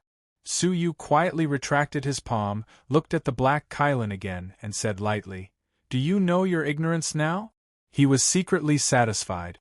After his soul had merged with the body of Jinghua Tianzi, he could indeed use the body to release a power that could destroy the heavens and earth. It was more than enough to scare ordinary people. The Black Kylan shuddered all over. Dragging his seriously injured body, he immediately climbed up and said respectfully, "Greetings, Senior. I have eyes but failed to see. I didn't know your true colors." Su-Yu said lightly, "You're smart. I'll ask you one last time, will you follow me or not?" This time, the Black Kylan did not hesitate at all. He was even pleasantly surprised and excited.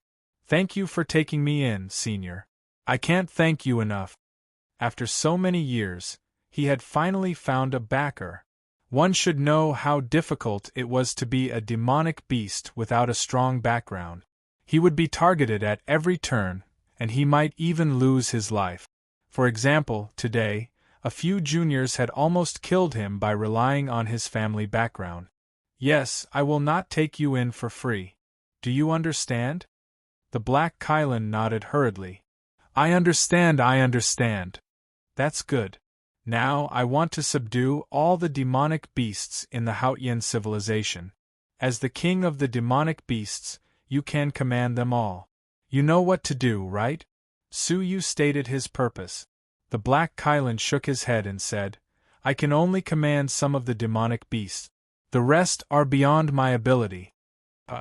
Su-Yu frowned. "Why?" As the king of the demonic beasts, he had absolute authority. About half of the demonic beasts have been tamed by a mysterious force. I can't command them. Su-Yu's eyes became serious. Someone had beaten him to it and had taken a fancy to the demonic beasts of the Haotian civilization? It doesn't matter. First, subdue the demonic beasts that you can summon. As for the rest, I will use force and cooperate with the demonic beasts that you control to subdue them. The Black Kylan hesitated. This is not good. That person who can control more than half of the demonic beasts is not someone easy to deal with. Su-Yu said nothing and struck his palm at the sky again. Rumble. Another scene of heaven and earth shattering took place in the world. The Black Kylan's eyelids twitched.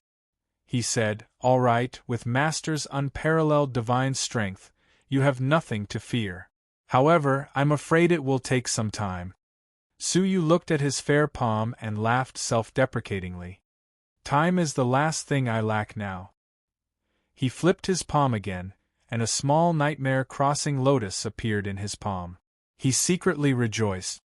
"Fortunately, I tried my best to repair this nightmare-crossing lotus back then, so I don't have any useful people by my side." He activated the miniature crossing evil lotus throne and released many living beings. The sinful lady, Xiao Dai, Lu Zhu, and the others could all become Su-Yu's right-hand men. After explaining the situation, the living creatures of the Nightmare Crossing Lotus were all excited. This was a preparation for their future home. Moreover, it was a huge investment. If all the demonic beasts were subdued, it was hard to imagine how great of a force they could build. While the Hautian civilization carried out the demonic beast subduing operation that no one knew about, the broken civilization was in a state of turmoil. After a few days, Wen Qing and the others finally returned to Wenyuan City. However, before Wenyuan City could bring back so many resources with them, they received a visit from the first city master.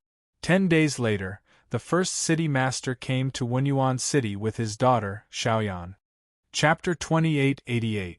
Xiao Yan and the others did not die. Before the monster wave arrived, his companions had returned to the mine and found the defiled Xiao Yan and Marquis Wolf officer. They had brought them back. City Lord Wenyuan frowned. The first City Lord did not come with good intentions.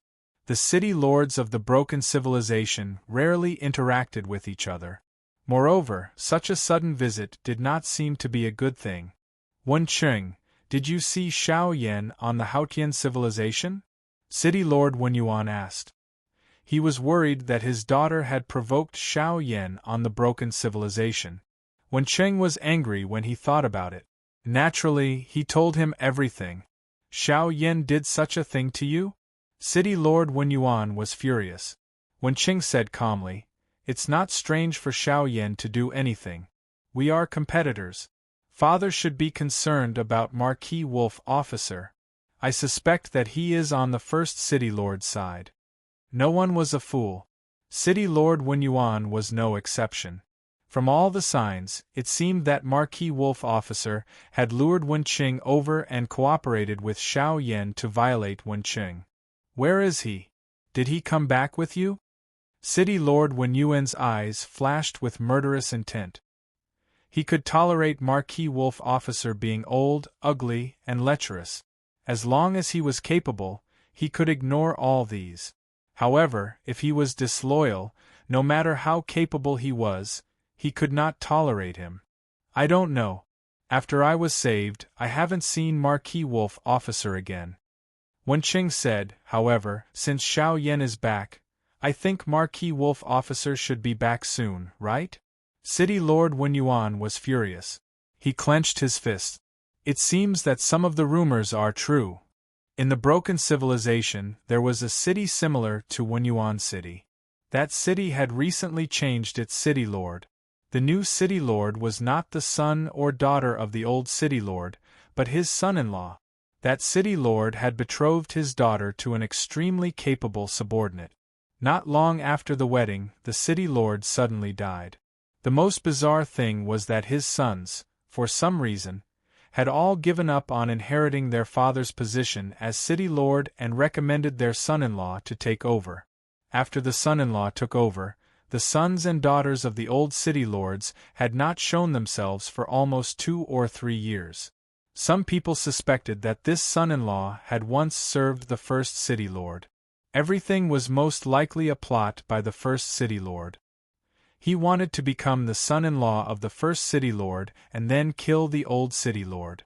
Finally, he wanted to force the first City Lord's heirs to abdicate and then get rid of all of them afterwards. Just like that, an entire city easily changed its surname. Now that he thought about it, Marquis Wolf officer wanted to marry Wen Qing at all costs. Even the daughter of the first City Lord was insidiously trying to set them up. How similar was it to the city that had changed its name? Guards, contact Marquis Wolf officer. City Lord Wenyuan finally made up his mind. Wen Qing was delighted. Father, what are you going to do? Of course it's to cancel the engagement between you two. City Lord Wenyuan made a decision that made Wen Qing feel slightly disappointed. She thought that her father was enraged and wanted to kill Marquis Wolf official. Unfortunately, that was not the case. It could be seen that City Lord Wenyuan was very afraid of the number 1 City Lord. Knowing that Marquis Wolf officer was his subordinate, he did not dare to move. Prepare yourself well. The number 1 City Lord will come in 10 days, and he definitely won't have any good intentions. City Lord Wenyuan's mood was heavy. He had an uneasy feeling that a storm was brewing. At the same time, on the Hautian civilization, Suyu rode on the Black Qilin and ordered the captured demonic beasts to capture the other half of the demonic beasts on the civilization. With his abilities, coupled with the help of many demonic beasts, he was able to divide and surround the remaining demonic beasts. The process of capturing tens of thousands of demonic beasts was much smoother than expected. It would take at most 7 or 8 days to capture all of them. Master, look. The Black Qilin summoned a demonic beast that it could not capture to its front and pointed at its belly. There was a black skull imprint on its belly. The imprint was vivid and lifelike, like a living creature. This is the imprint left behind by that mysterious force, the Black Qilin said. A black skull? Suyu did not care at all. He wiped the imprint of the skull with his palm and erased it. He said expressionlessly, Continue until all the demonic beasts on the Hautian civilization have been captured. A few days later, finally, all the demonic beasts on the Hautian civilization had been captured. The horde of demonic beasts that the broken civilization had feared had all fallen into Suyu's hands. All that was left was to tame them. Suyu sent all the demonic beasts into the lotus seat of evil spirits, then asked the sinful lady and the others to help him tame them as soon as possible so that they would become a demonic beast army that would obey his orders. After doing all that, Suyu weighed the cavern world in his hand. It was filled with resources that he had collected during the process of capturing the demonic beast. Suyu did not need these resources, but he could give them to Wenqing as a gift. Consider it a little farewell gift, Suyu said lightly. In the future, there might be very little interaction between them.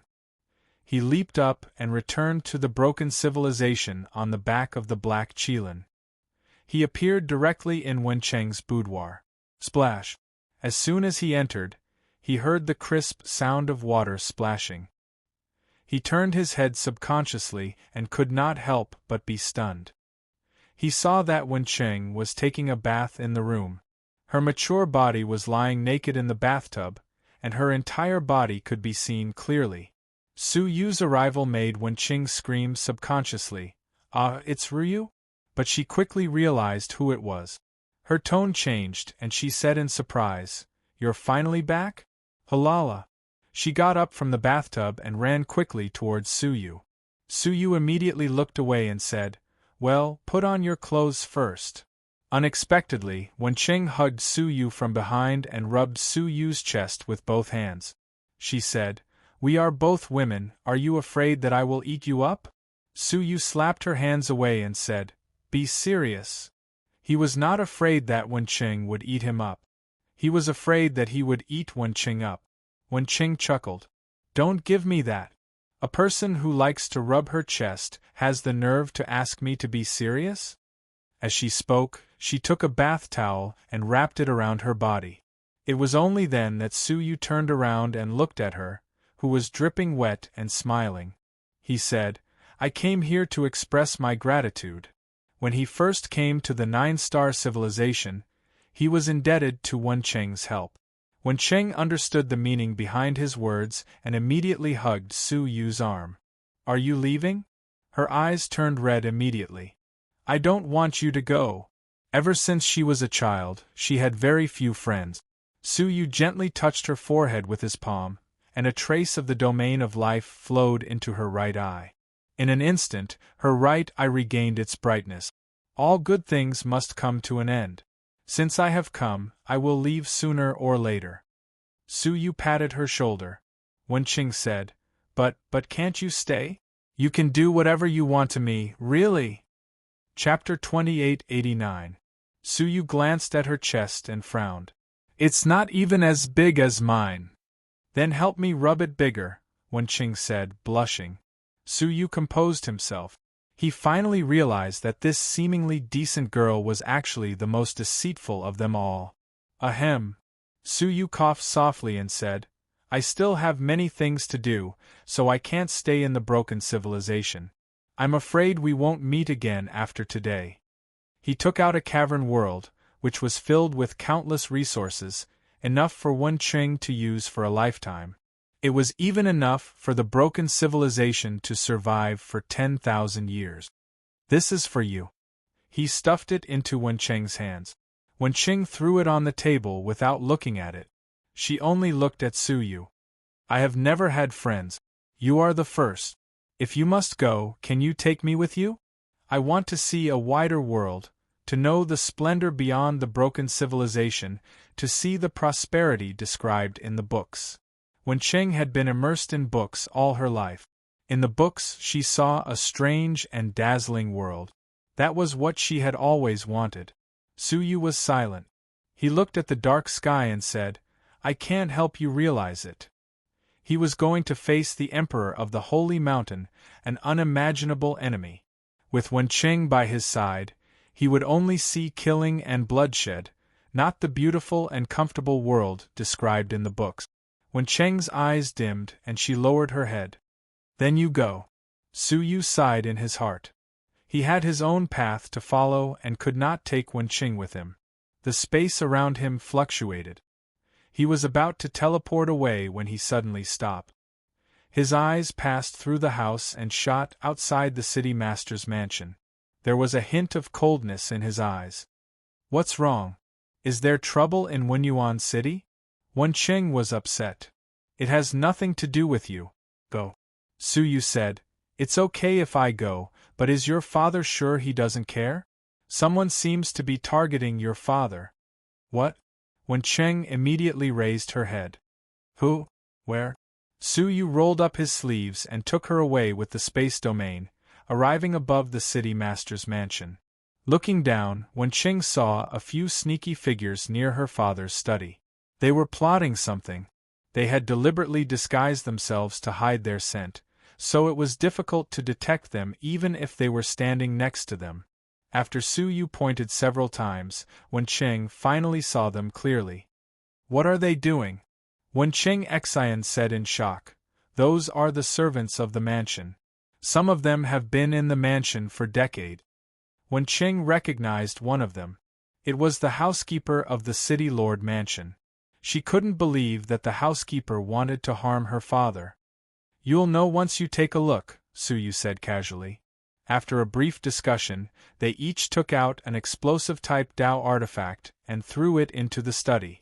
Ah, father! Wen Qing screamed. Su Yu waved his hand casually and created a space ripple to block his voice. He said, Don't panic. Let's wait and see. Wen Qing was burning with anxiety. After observing silently, he finally noticed something amiss. It was not easy to observe from the ground, but it was easy to see from midair that there was actually no one in the collapsed study. Only a Dao artifact that was constantly releasing projections was smashed into smithereens. When the butler and the others saw the Dao artifact, they sensed that something was amiss. Not good, it's a trap. The group of people had a bad premonition, but they were still a step too late. From under the ruins of the study, a spiderweb-like spell suddenly appeared, rapidly expanding to 1,000 feet wide. The housekeeper and the others could not retreat in time and were stuck in the giant web. They tried to break free, but the more they struggled, the deeper they sank. Clatter, clatter. A series of light footsteps could be heard. The housekeeper and the others turned their heads to look, and their expressions changed. City Lord Wenyuan clasped his hands behind his back and led the experts of his mansion over from the guest room next door. Looking at the housekeeper and the others, City Lord Wenyuan let out a deep sigh. It's hard to guard against a thief in one's own house. The housekeepers who have been loyal for decades are actually the people of the first City Lord. It turned out that City Lord Wenyuan had anticipated that the first City Lord did not come with good intentions and was suspicious. So he quietly moved to the guest room next door and placed a Dao artifact in the study to lure the snake out of its hole. In the end, the snake really did come out, and there was more than one. The housekeeper's face turned pale. City Lord, listen to me, I was forced. A group of strong men beside the City Lord stepped forward coldly and ended their lives. This was the fate of traitors. However, City Lord Wen Yuan did not leave. He said without lifting his head, "Sir, you've hugged my daughter for long enough. Can you put her down and talk nicely?" Su Yu was surprised. "You can actually discover me." He had released the space realm, hiding himself and Wen Qing in an incorporeal state. His disguise technique was much better than that of the housekeeper and the others.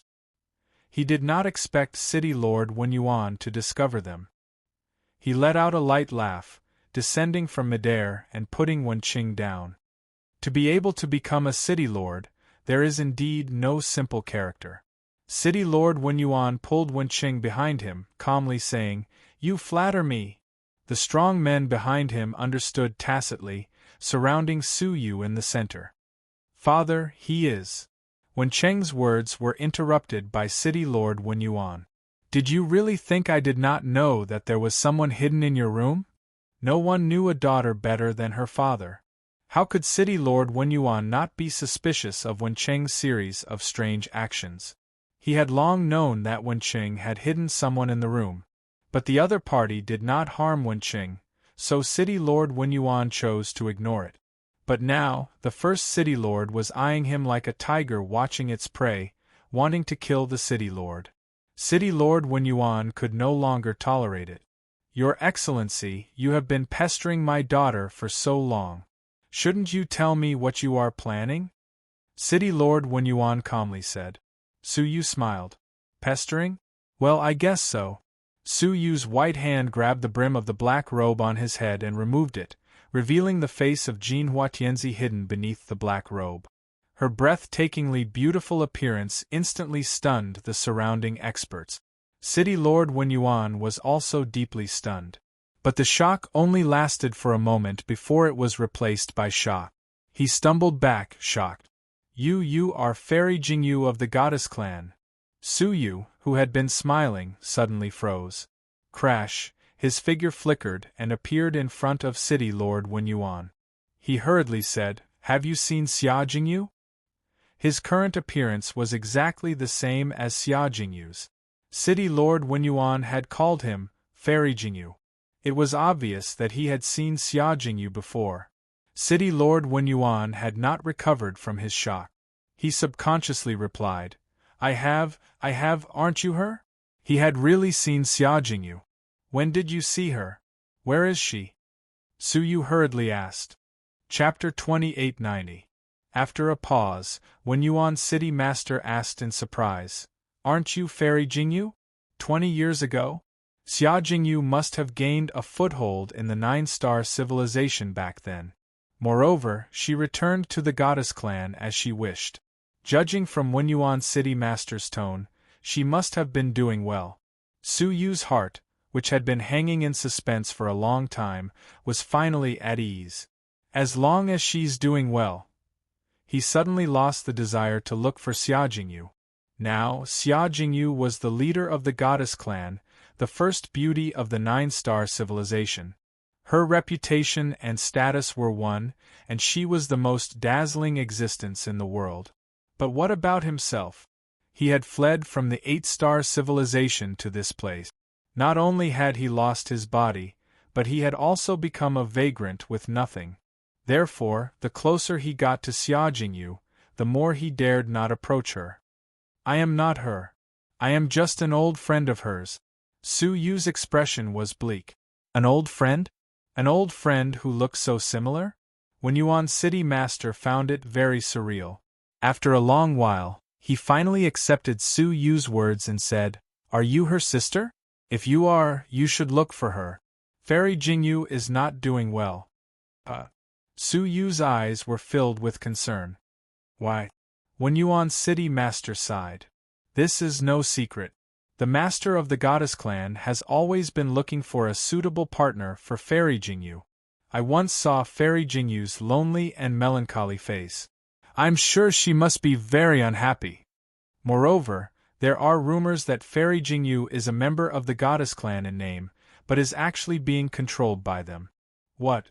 Su Yu's heart was filled with a strong murderous intent. He remembered what Qin Yun had said. Xia Jingyu was not safe now, and she had asked him to rescue her as soon as possible. Could this be what she was talking about? If that was the case, he had to speed up his pace to find Xia Jingyu and take her away from this abyss of suffering. You must be the one who rescued my daughter from the Haotian civilization, right? Wen Yuan's city master thought for a moment, then suddenly knelt down on one knee.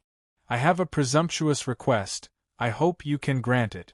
Su Yu looked at him calmly. Speak. Wen Yuan's city master said bitterly, to tell you the truth, Wen Yuan's city has been targeted by the #1 city master. It doesn't matter if I can't escape, but Wenqing cannot be involved with me. Sir, please take my daughter away from the broken civilization. He could imagine that Su Yu must possess exceptional abilities, as he was able to pull Wenqing out of Marquis Lang Guan's hands as if he was in an uninhabited place, and even snatched the space storage artifact from Xiao Yan's body. Moreover, he bore no malice towards Wenqing and was trustworthy. I refuse, Su Yu said mercilessly. City Lord Wen Yuan continued to plead, please, sir. I already said that I refuse. Su Yu's face was expressionless, and he seemed cold and merciless. City Lord Wen Yuan still wanted to plead, but Wenqing held him up and said sadly, Father, don't plead anymore. Ryu doesn't owe us anything, she has no obligation to help us. Her eyes were red and firm. Su Ryu, thank you. Please go. Father and I will be fine. How could she be fine? It was clear that he planned to live and die with his father and Profound Knowledge City. Okay, then I will go, Su Yu said. She took a large step forward, preparing to leave. Wenqing stared at her back, tears welling up in his eyes. His heart was filled with endless sorrow.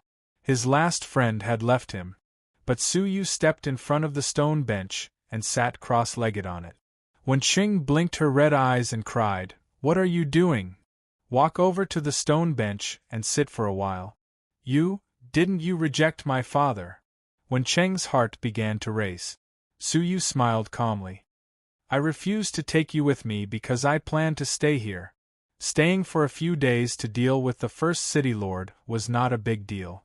Just dealing with the Nirvana demonic beasts would take a few days. Wenqing cried tears of joy. She pounced forward and hugged Su Yu's head tightly, pulling him into her chest. The soft touch caused Su Yu's face to feel a strong sense of strangeness. He hurriedly pushed Wenqing away, exasperated. Watch your image. Wenqing was all smiles as she hugged his neck again and sat on his thighs. What are you afraid of? We have a deep sisterly relationship. Bah! Who has a deep sisterly relationship with you? I am a man. City Lord Wen Yuan could not take it any more and covered his eyes.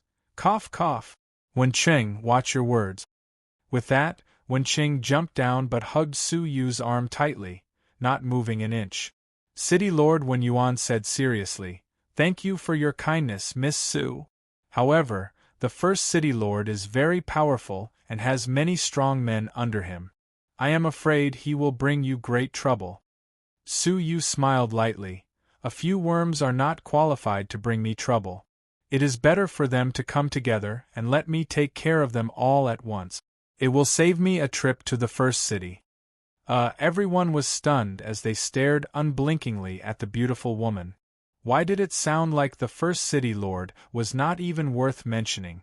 One had to know that was a peak expert from a broken civilization. All right, I will let the strong men of Wen Yuan City cooperate with Miss Su and try to intimidate the first city lord. It would be best to defeat them without bloodshed, City Lord Wen Yuan said. Obviously, he did not think that Su Yu had the ability to destroy the first city lord with a flick of his finger. Su Yu did not mind. It did not matter if it was a misunderstanding. At the same time, the Haotian civilization, all the demonic beasts on it had been captured. It was empty and silent.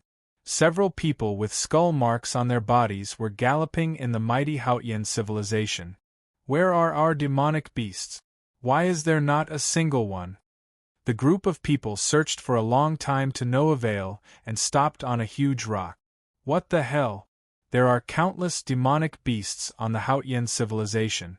Who has the ability to capture them all? Amidst the commotion, one of the people suddenly took out a jade plate. There was a flickering red light on it. There is one more. They galloped along with the red light and appeared in a collapsed city. This was the city that Wen Qing and Nephrite had searched for. Amidst the perturbed ruins, they found a demonic beast that had been suppressed and buried here. The demonic beast was dying. It looked at the group of people and said with difficulty, "Greetings, masters. Speak, where are the demonic beasts here?" There was a hint of fear on its face. They were captured by a black-robed man who mastered the space domain. A person with a skull mark frowned. "You mean, he is alone?" "Yes. He is alone, and he is very scary. You must not provoke him." "Humph." A person with a skull mark snorted coldly. "In the abandoned civilization, there is someone that we, the skeleton Ronin, cannot provoke? Speak, where is he?" The demonic beast sighed and pointed to the nearby broken civilization. He sighed silently in his heart. Why were there always people who did not listen to the advice of good intentions and sought death? Chapter 2891. A broken civilization, huh? The person with the skull mark snorted coldly. What a coincidence. We were just about to harvest this broken civilization. I didn't expect them to be the first to steal our demon beast. The other person with the skull mark had a serious expression. It seems that the broken civilization has accumulated a lot of power over the years. They can even capture all the demon beasts without anyone knowing. It seems that we need to inform the headquarters and let them take this seriously. Originally, they did not care about the power of the broken civilization. But now, they became serious and decided to take this seriously. The broken civilization. The living beings who were completely unaware of this were living their ordinary lives as usual, until hundreds of white giant beasts broke the silence of the sky and the life of mortals in the sky above profound literature city. The gigantic beast that blotted out the sky blocked out all the sunlight, causing the earth to sink into darkness. The residents felt waves of killing intent. They all hid in their houses and closed their doors and windows. They only dared to look outside through the cracks. The cruel life in the broken civilization had trained them to be cautious. "Profound Literature City Lord, I have come in person. Are you not going to come out and greet me?" There was a luxurious canopy on the giant beast in the middle. A middle-aged man with 3 eyes and a slightly serious expression sat cross-legged below. He was the first city lord of the broken civilization, a powerful being whose cultivation had reached the middle stage of the heavenly law lord. Whoosh, a long red carpet shot out from the city lord's mansion, reaching the feet of the giant white beast. The profound literature city lord walked along the carpet into the air. He had a strong smile on his face as he cupped his hands. "The first city lord's presence brings light to my humble profound literature city." The first city lord walked down from the giant white beast with a smile on his face.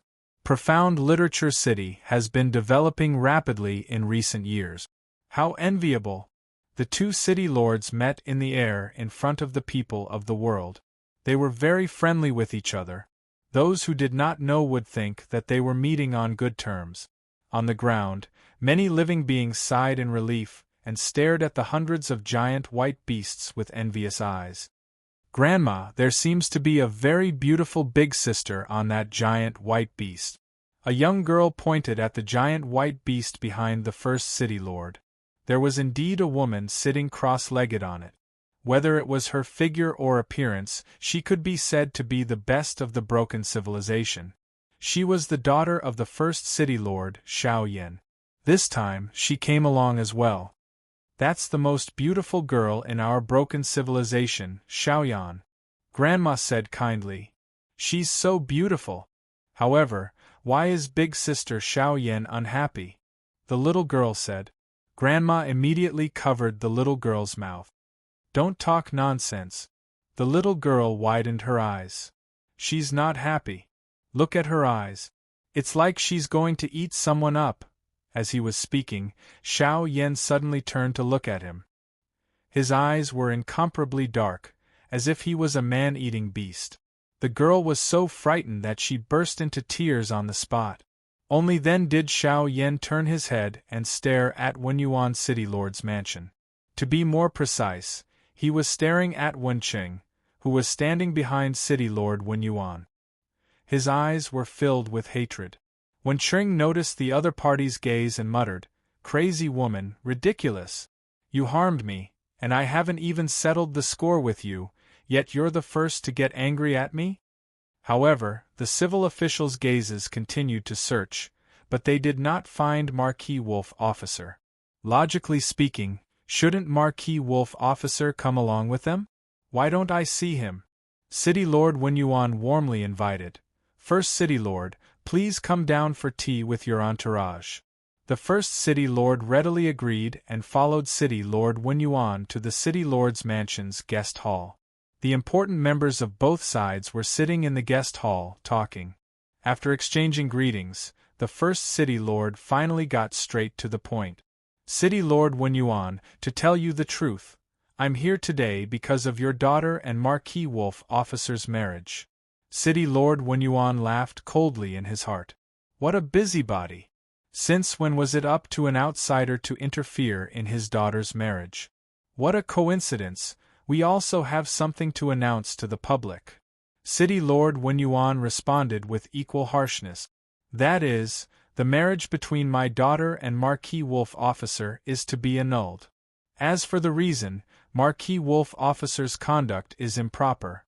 He womanizes outside and his character is too poor. He does not meet the City Lord's criteria for choosing a son-in-law." He did not expose the fact that Marquis Wolf Officer was a spy. Once exposed, there would be no room for negotiation between them.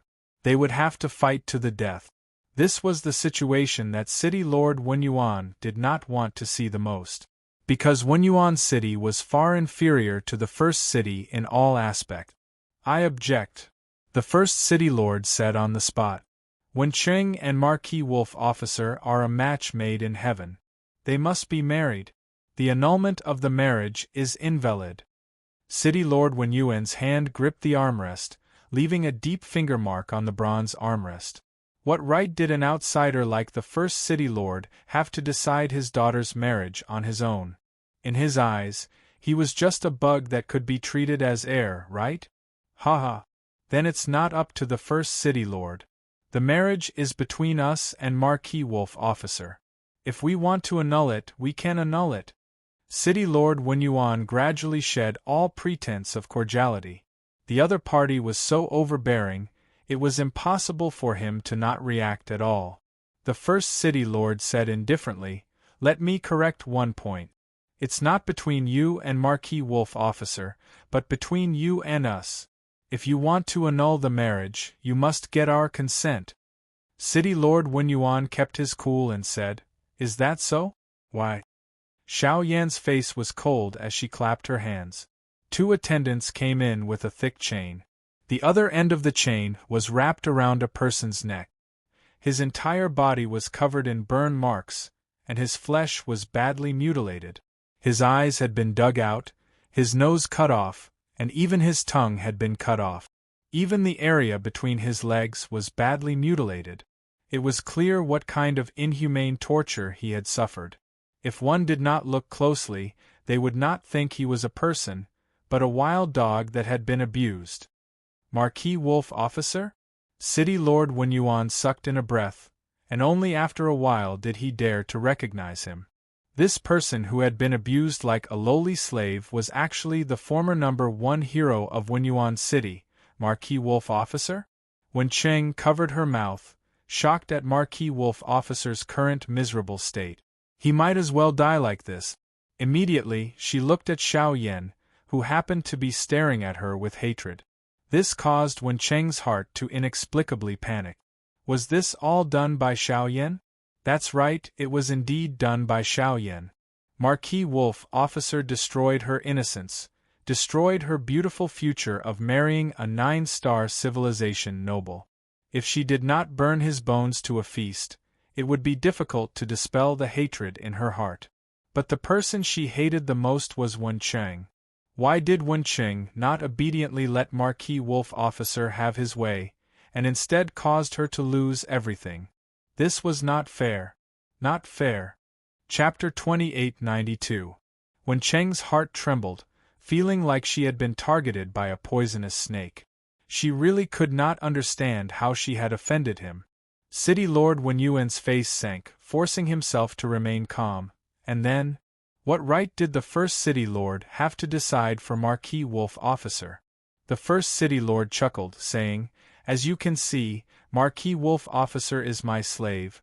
His life and death are all in my hands. Of course, I should be the one in charge of his affairs. Shouldn't you first ask for my opinion if you want to break off the engagement?" He had only heard of marriage asking for the parents' opinion. He had never heard of asking for the master's approval. He was completely pestering them endlessly. Even so what? I, City Lord Wen Yuan, can break off the engagement if I want to. What right do you have to veto it? City Lord Wen Yuan's words became cold. It was difficult to give up today.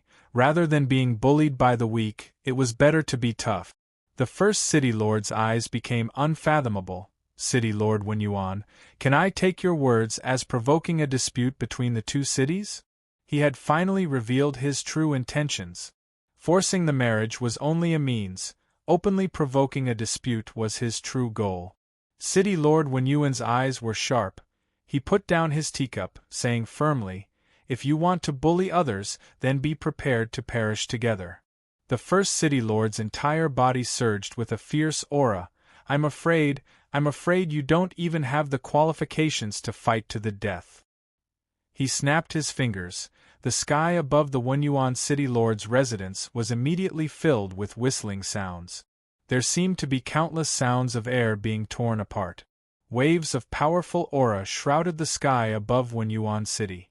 City Lord Wen Yuan's eyes changed, immediately coming outside the guest hall. With one look, his face filled with shock. He saw 7 familiar faces standing in the air above the City Lord's residence. Those were all the City Lords of the Broken Civilization. There were a total of 15 cities in the Broken Civilization, including the first City Lord. 7 had come. Everyone, as you can see, City Lord Wen Yuan has gone back on his word, insisting on provoking a conflict between the major cities of the Broken Civilization, violating the rules set by the Broken Civilization at the very beginning.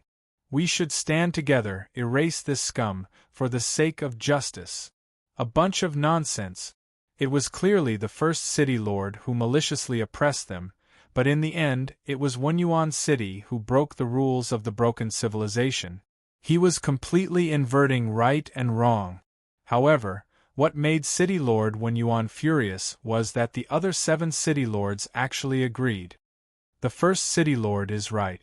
Profound Wen City has betrayed us and severely damaged the unity of the Broken Civilization. Such a person cannot be allowed to live. I agree to join forces and annihilate Abyss Literature City. I agree. Agreed. All of the City Lords present had unanimously agreed to wage a war against Profound Learning City. City Lord Wen Yuan was so enraged that his black hair fluttered in the wind. He pointed a trembling finger at them. You're all so foolish. Anyone could tell that the 7 of them must have been bribed by the first City Lord to stand on his side. But didn't they see the wolf-like ambition of the first City Lord? As the saying went, without the lips, the teeth would be interdependent. The destruction of Profound Literature City was a reflection of their future. Actually, they understood. However, people die for wealth, and birds die for food. In order to nibble away at the benefits of Profound Literature City, they chose to ignore the future. The first City Lord shook his sleeves and said seriously, "City Lord Wen Yuan, how about it? Do you want to continue to jump into the dispute between the two cities?" City Lord Wen Yuan clenched his fists, unable to make up his mind. Once it started, it would be the 8 major cities attacking Profound Literature City. They would lose without a doubt. But if they compromised, their daughter would have to marry this trash that had been abused like a wild dog. Profound Literature City would be taken away peacefully, and they, father and daughter, would not be able to escape death. The first City Lord silently looked at City Lord Wenyuan. What he hoped the most was that Profound Literature City would be taken away peacefully. A war would more or less consume the resources of Profound Literature City. There would also be casualties and losses on his side. However, he was already certain that City Lord Wenyuan would choose to temporarily swallow his anger. That way there would still be a way out, right? As expected, City Lord Wenyuan struggled for a long time. Finally, like a deflated ball, he said, "The marriage is valid. I don't agree." A deep male voice echoed in the air. As soon as the voice appeared, Xiao Yan's fists clenched tightly, his sharp nails piercing into his flesh. "It's him." The voice of the black-robed man. Xiao Yan would never forget it even in his dreams. The first City Lord's expression was indifferent. "Don't participate in the conversation between us City Lords. There are no rules." Whoosh, a black-robed figure appeared beside Wenqing, as if he had teleported and pulled her into his embrace in an extremely natural manner. He said indifferently, "Wenqing is my woman. The word miscellaneous is not suitable to describe me." Everyone's eyes were sharp. The pupils of the first City Lord shrank. That movement technique was a little too strong. He could not capture Su Yu's trajectory. However, relying on the fact that he had more people on his side, the first City Lord did not panic. Instead, he found the authority to threaten him from Su Yu's words. He sternly berated, "Wenyuan City Lord, you have failed to teach your daughter properly. You are a disgrace to the family. Your daughter is engaged to Marquis Langguan, but she is still making love with another man." He threw down a sword, coldly saying, "Immediately execute that man in front of the Tianxia City Lord. If not, don't blame us for destroying Profound Literature City." As if to coordinate with his words, the 7 City Lords released their powerful cultivation bases, ready to fight at any time. Wenyuan City Lord was in a dilemma. Did this black-robed man come out to help him or the first City Lord? How did he push himself into a passive situation? What should he do now? To kill him or not to kill him? At that moment, he heard Su Yu say, "Then what about the daughter of the first City Lord, Xiaoyan?" Knowing that Wenqing was engaged, she still had an affair with his fiancé, Marquis Langguan. What is the meaning of that? If you want to execute someone, it should be your shameless daughter, right? What? Xiaoyan and Marquis Langguan, the 7 City Lords, were secretly surprised. How could Xiaoyan say that? Being exposed in public, Xiaoyan's face turned red. She screamed like a madman, "It's all because of you. It's all your fault." Su Yu looked relaxed. "Miss Xiaoyan has publicly announced many times that she likes Marquis Langguan. She said that he is a great hero in your heart. I was just pushing the boat with the current to fulfill your wish. Why, you are not grateful to me but resent me instead." Xiaoyan was going crazy. She screamed, "Father, kill him! Kill him!" The first City Lord's face turned cold. His murderous intent was deep. He berated, "Wenyuan City Lord, are you still not going to do it? Do you want the city to be destroyed?" The 7 City Lords looked over coldly, their murderous intents rising. They hoped that there would be a conflict. That way, they would be able to divide the resources of Profound Literature City. Su Yu smiled indifferently and lightly flicked his finger. Chapter 2893. They didn't even have the chance to let out a scream before they all turned into blood that sprayed into the air. City Lord Wenyuan's roof was dyed blood-red. The incident happened too abruptly and exceeded everyone's expectations. Even Wenqing, who knew Su Yu the best, had never imagined that Su Yu could kill 70% of the masters with a flick of his finger. Her mind was blank. For the first time, he realized that the Su Ryu he knew might not be the Su Ryu he had imagined. It was an incomparably terrifying 1,000-year-old monster. City Master Wen Yuan fell into a deep daze. He had thought that Su Yu's abilities might be pretty good. After all, he had been able to rescue Wenqing from Xiaoyan's hands. However, from the looks of it now, Su Yu's abilities weren't just not bad. He was simply invincible. The 7 city lords didn't have any room to resist. They didn't even have time to react before they were instantly killed. What kind of terrifying power was this? The expressions of the first city lord and Xiao Yan were frozen in the previous moment, unable to melt for a long time. They couldn't believe what they were seeing. The 7 experts that he had spent so much effort to persuade were gone just like that. Then, a calm voice broke their shock. Destroy the city?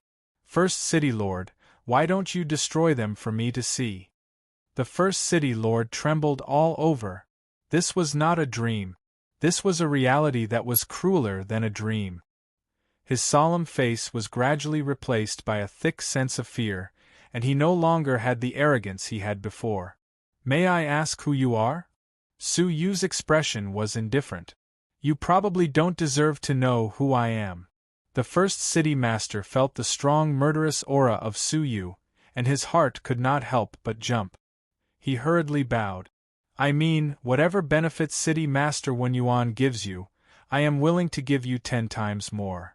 He was trying to bribe Su Yu in front of everyone. City Lord Wen Yuan could not help but feel his heart clench. In terms of resources and convenience, Wen Yuan City was worlds apart from the first city.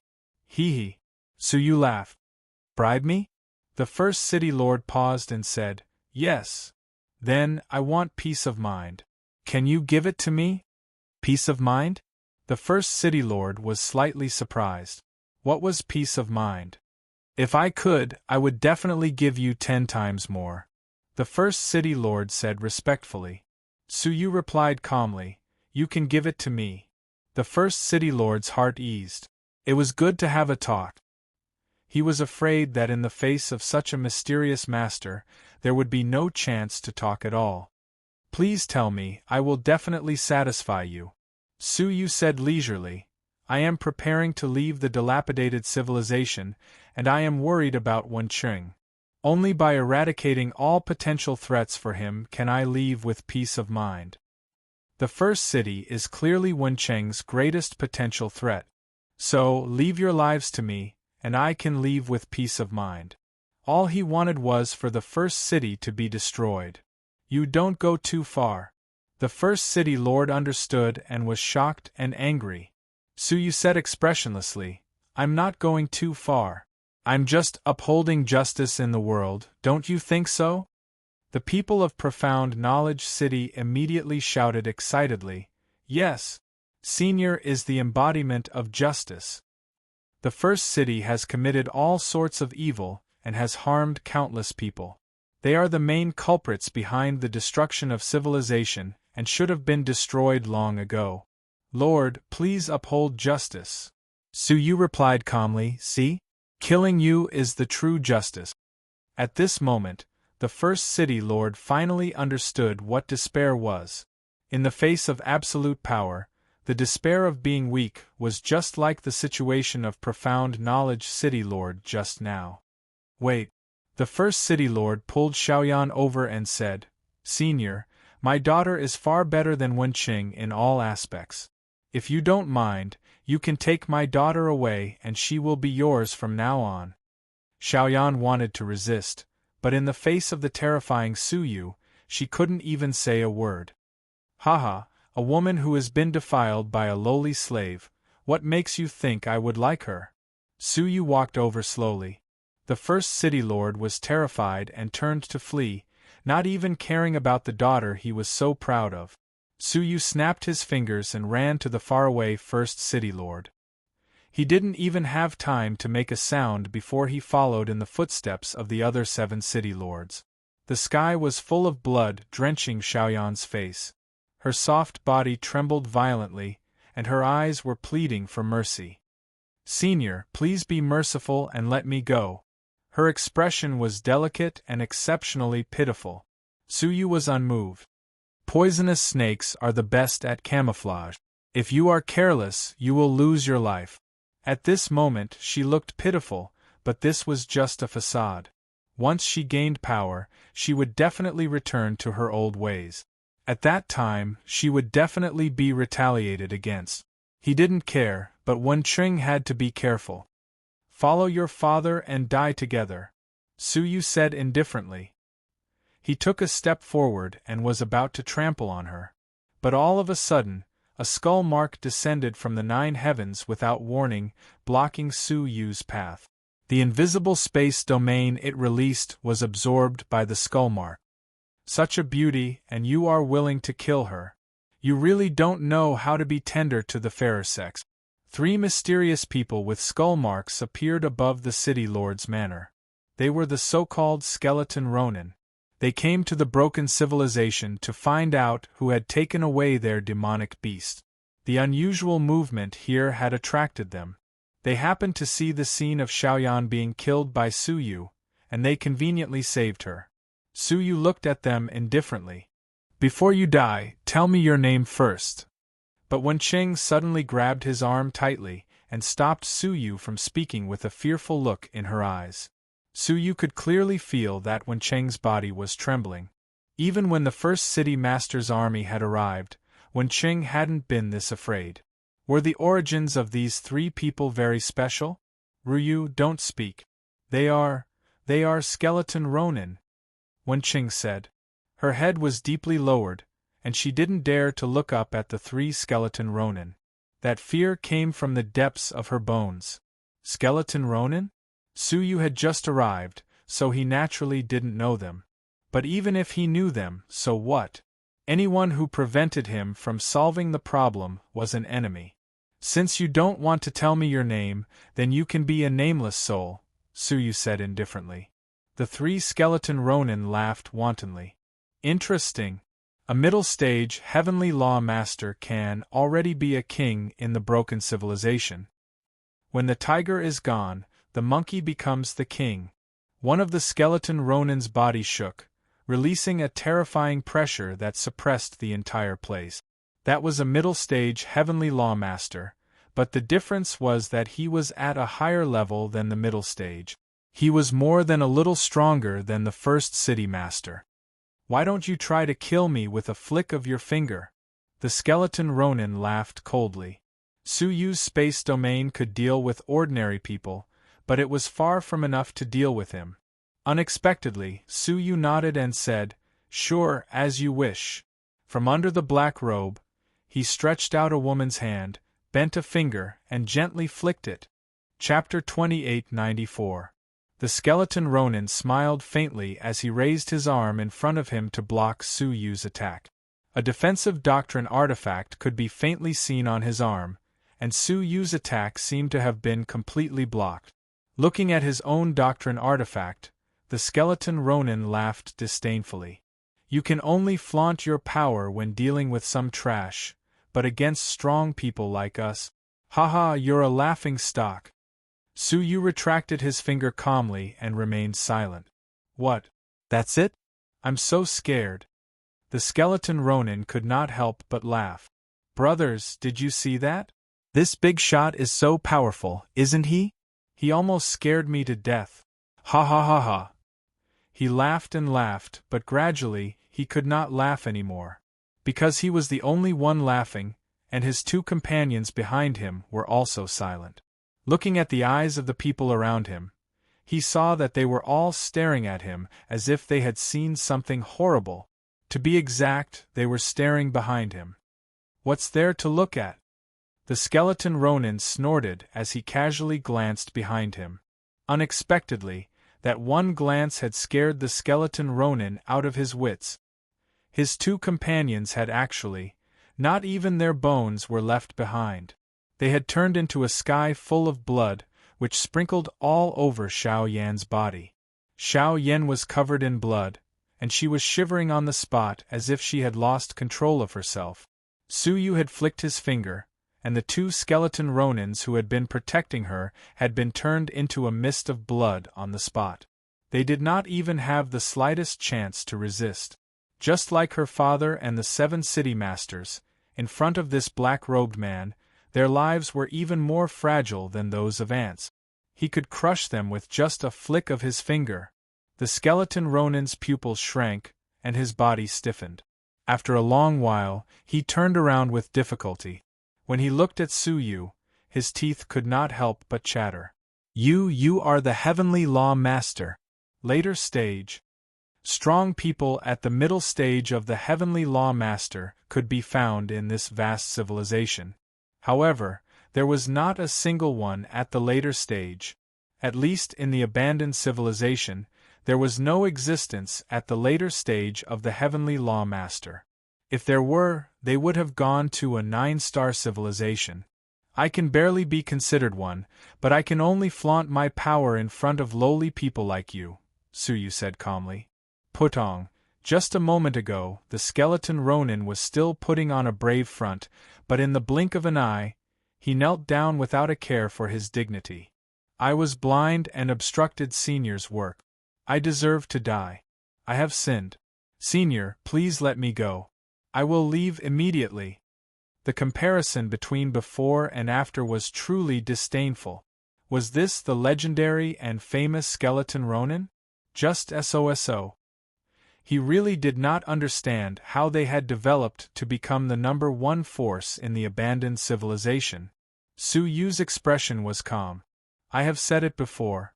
I am here to seek peace of mind.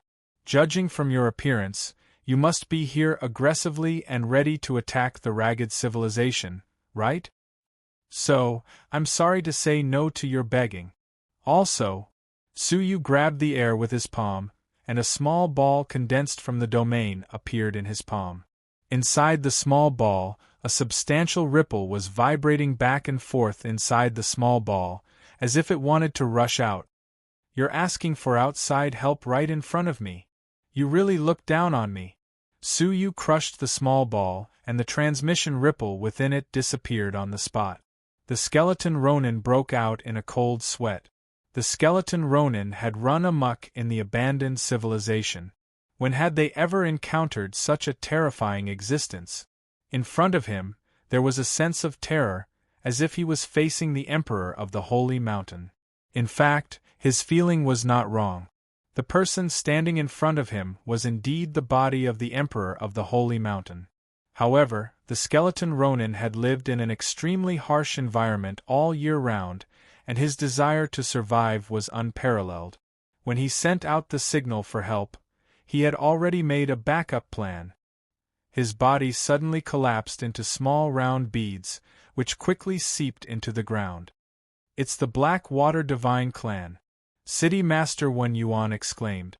The Black Water Divine Clan was a famous family in the 9-star civilization. He did not expect the skeleton Ronin to have a member from that family. This was beyond his expectations. The most special thing about the Black Water Divine Clan was that they had an innate magical ability that allowed them to transform their body into millions of liquid beads, which quickly disappeared. As long as one of the beads successfully escaped the enemy's pursuit, they would succeed immediately. Apart from losing a bit of their bloodline, there would be no effect on their body. It could be said that among the 9-star civilizations, their survival techniques were the top 10. Not only that, one of the water beads splashed onto Xiaoyan's body, causing him to shrink and enter the water bead. Then, it quickly seeped into the ground. Suyu was unperturbed, activating his transparent eye to scan the ground. He realized that all the water beads had already seeped into the ground in all directions. It was not realistic to want to capture all of them in one fell swoop.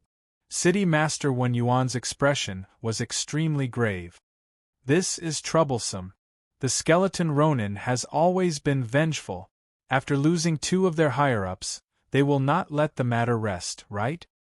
Hearing this, all the living beings in Wen Yuan City felt insecure.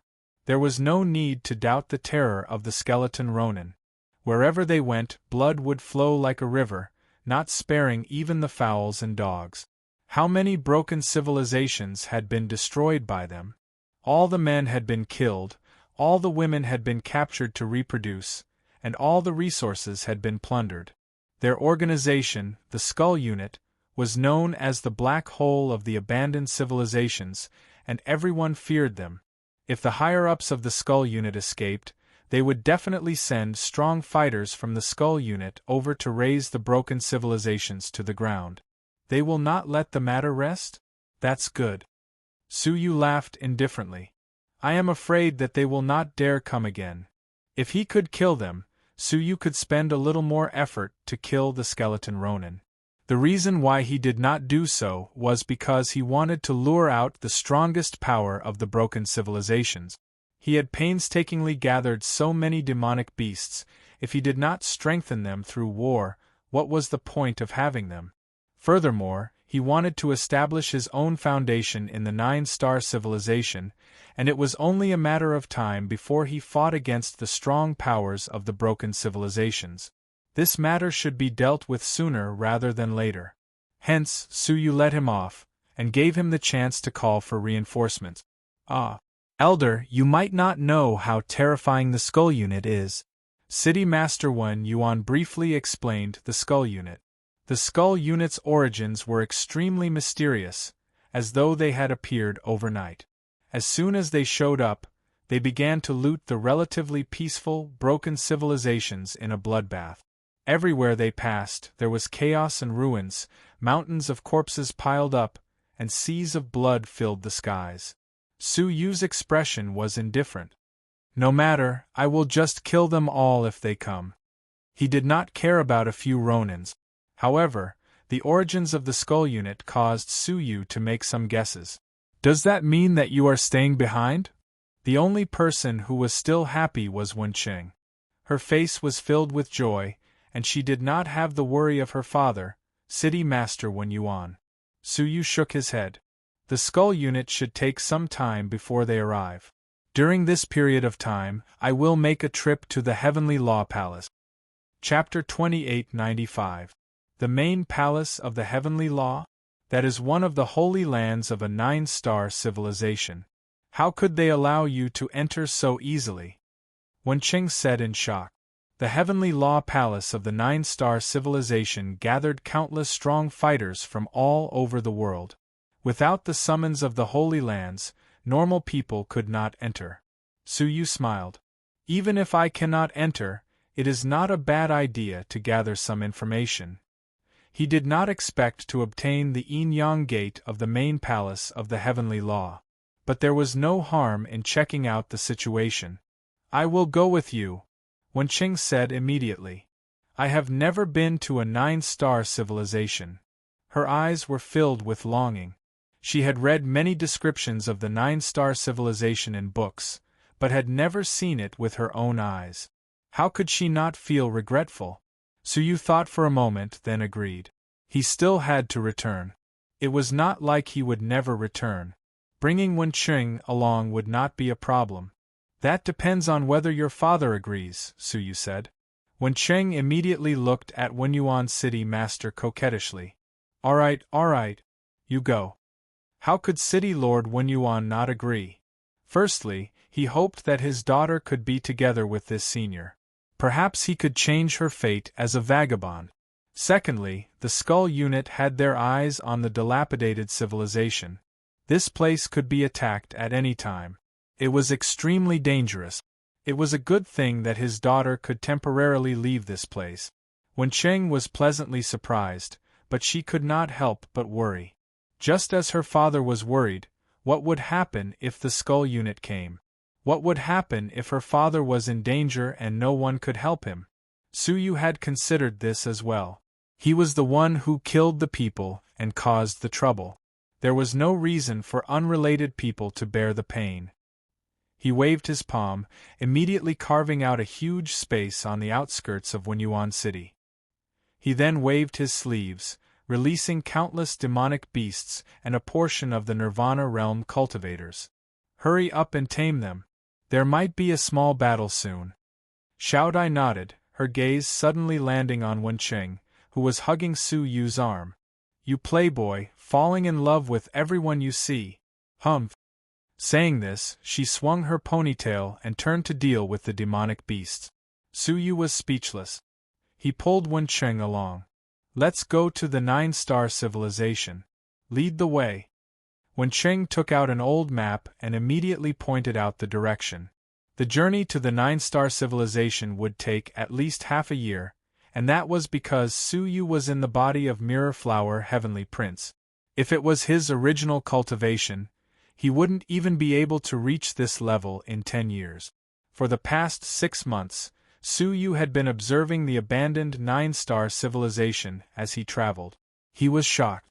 How is this the world of a 9-star civilization?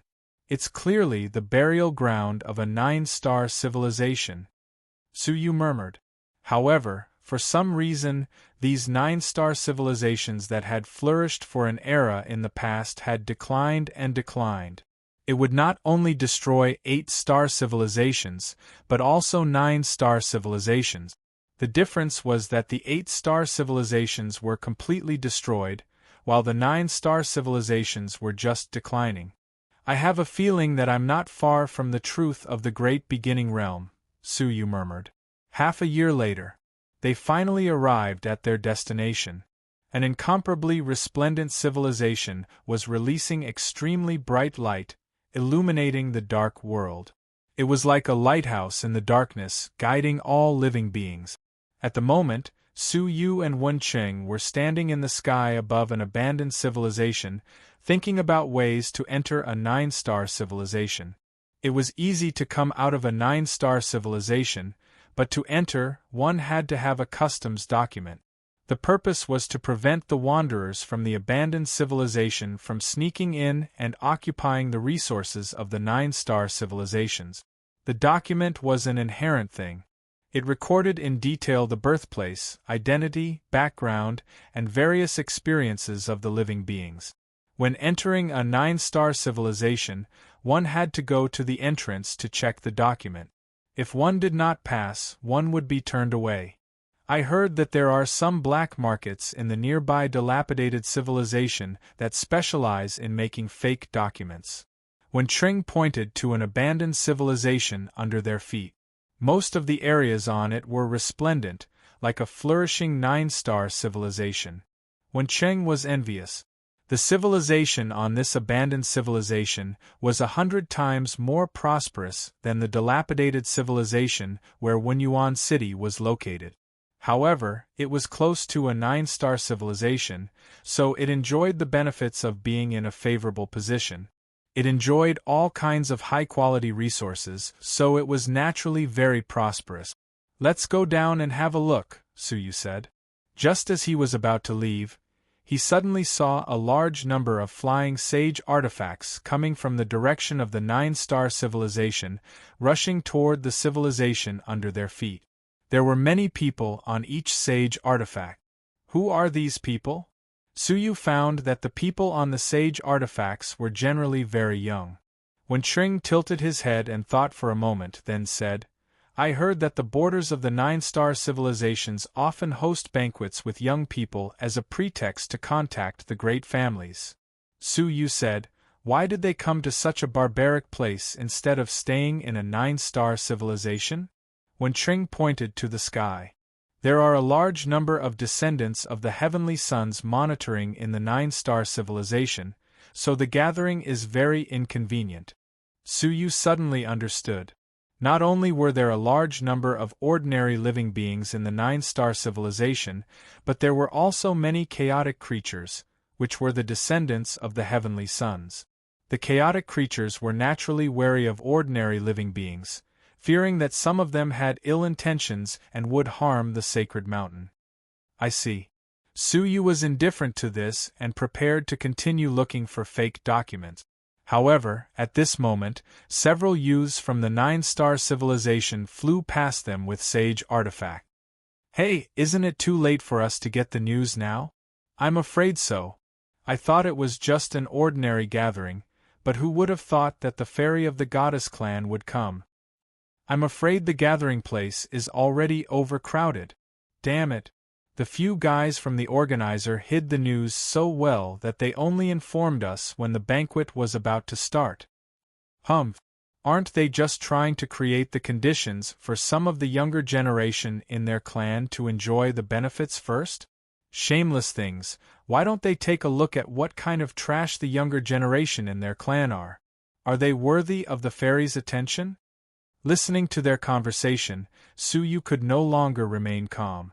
The fairy of the goddess clan? Was it Xia Jingyu? Was it really her? His heart was in turmoil, unable to calm down for a long time. Ruyu, what are you waiting for? Let's go. Wenqing urged. Suyu came back to his senses and pulled her to follow the youths. He said, let's go to another place first. There was a rare sense of urgency in his heart. He wanted to see Xia Jingyu again. He wanted to see if she was the same as she was back then. He didn't know if Xia Jingyu still remembered him or Suyu, who came from Xinyue Island. For a moment, he felt perturbed. He wanted to see Xia Jingyu, but he was afraid that after so many years of reunion, they would be different. Chapter 2896. With mixed feelings, Suyu followed the group of young men to the most prosperous place in the civilization, the Heavenly Star Summit. It was a stargazing platform. When the civilization was at its most prosperous, the stargazing platform was a sacred place that only chaotic creatures could visit. Here, one could look up at the galaxy of the universe and observe the saints of the world. Now that the civilization had been abandoned, only ordinary creatures could enter.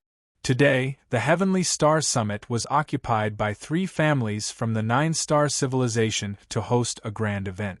The grand event of the Heavenly Star Summit was held at least 7 or 8 times a year. But none of them were as grand as this one. It attracted 20% of the families from the entire 9-star civilization, and most of them were of the younger generation. The reason for this was that the goddess clan's fairy Jingyu had unexpectedly been invited to this event. As the first beauty of the 9-star civilization, she lived in seclusion and rarely showed her face in public. But every time she did, she displayed a stunning beauty that could topple the heavens and the earth. She left an indelible impression on the people of the world. Just like City Master Wen Yuan, who had seen her once 20 years ago, he still remembered her vividly. Ruyu, do you want to see Fairy Jingyu? Wenqing asked quietly. On the way here, she had already understood the significance of the Heavenly Star Summit Grand Event. Yes. Suyu did not deny it. Wenqing pouted. Playboy. You wouldn't even want me if I gave you a piece of my mind, but you're thinking about Fairy Jingyu? Is she that big? Suyu thought about it and said, she's about the same size as me. Heavenly Prince Miraflower's body should be the same as Xia Jingyu's. Ah, that's not fair. Wenqing grumbled. Suyu turned a deaf ear, his eyes fixed on the Heavenly Star Summit. At the moment, he was still at the foot of the mountain. The area around the foot of the mountain was covered with restrictive barriers that prevented people from flying, so they had to rely on their feet. At the foot of the mountain there was a checkpoint. Only those who had an invitation could enter. Getting an invitation was not a difficult task for Suyu. With a thought, he could create a temporary invitation, which would be enough to fool his way through. He and Wenqing were silently queuing up. Just as they were about to reach them, suddenly, a loud laugh came from beyond the sky.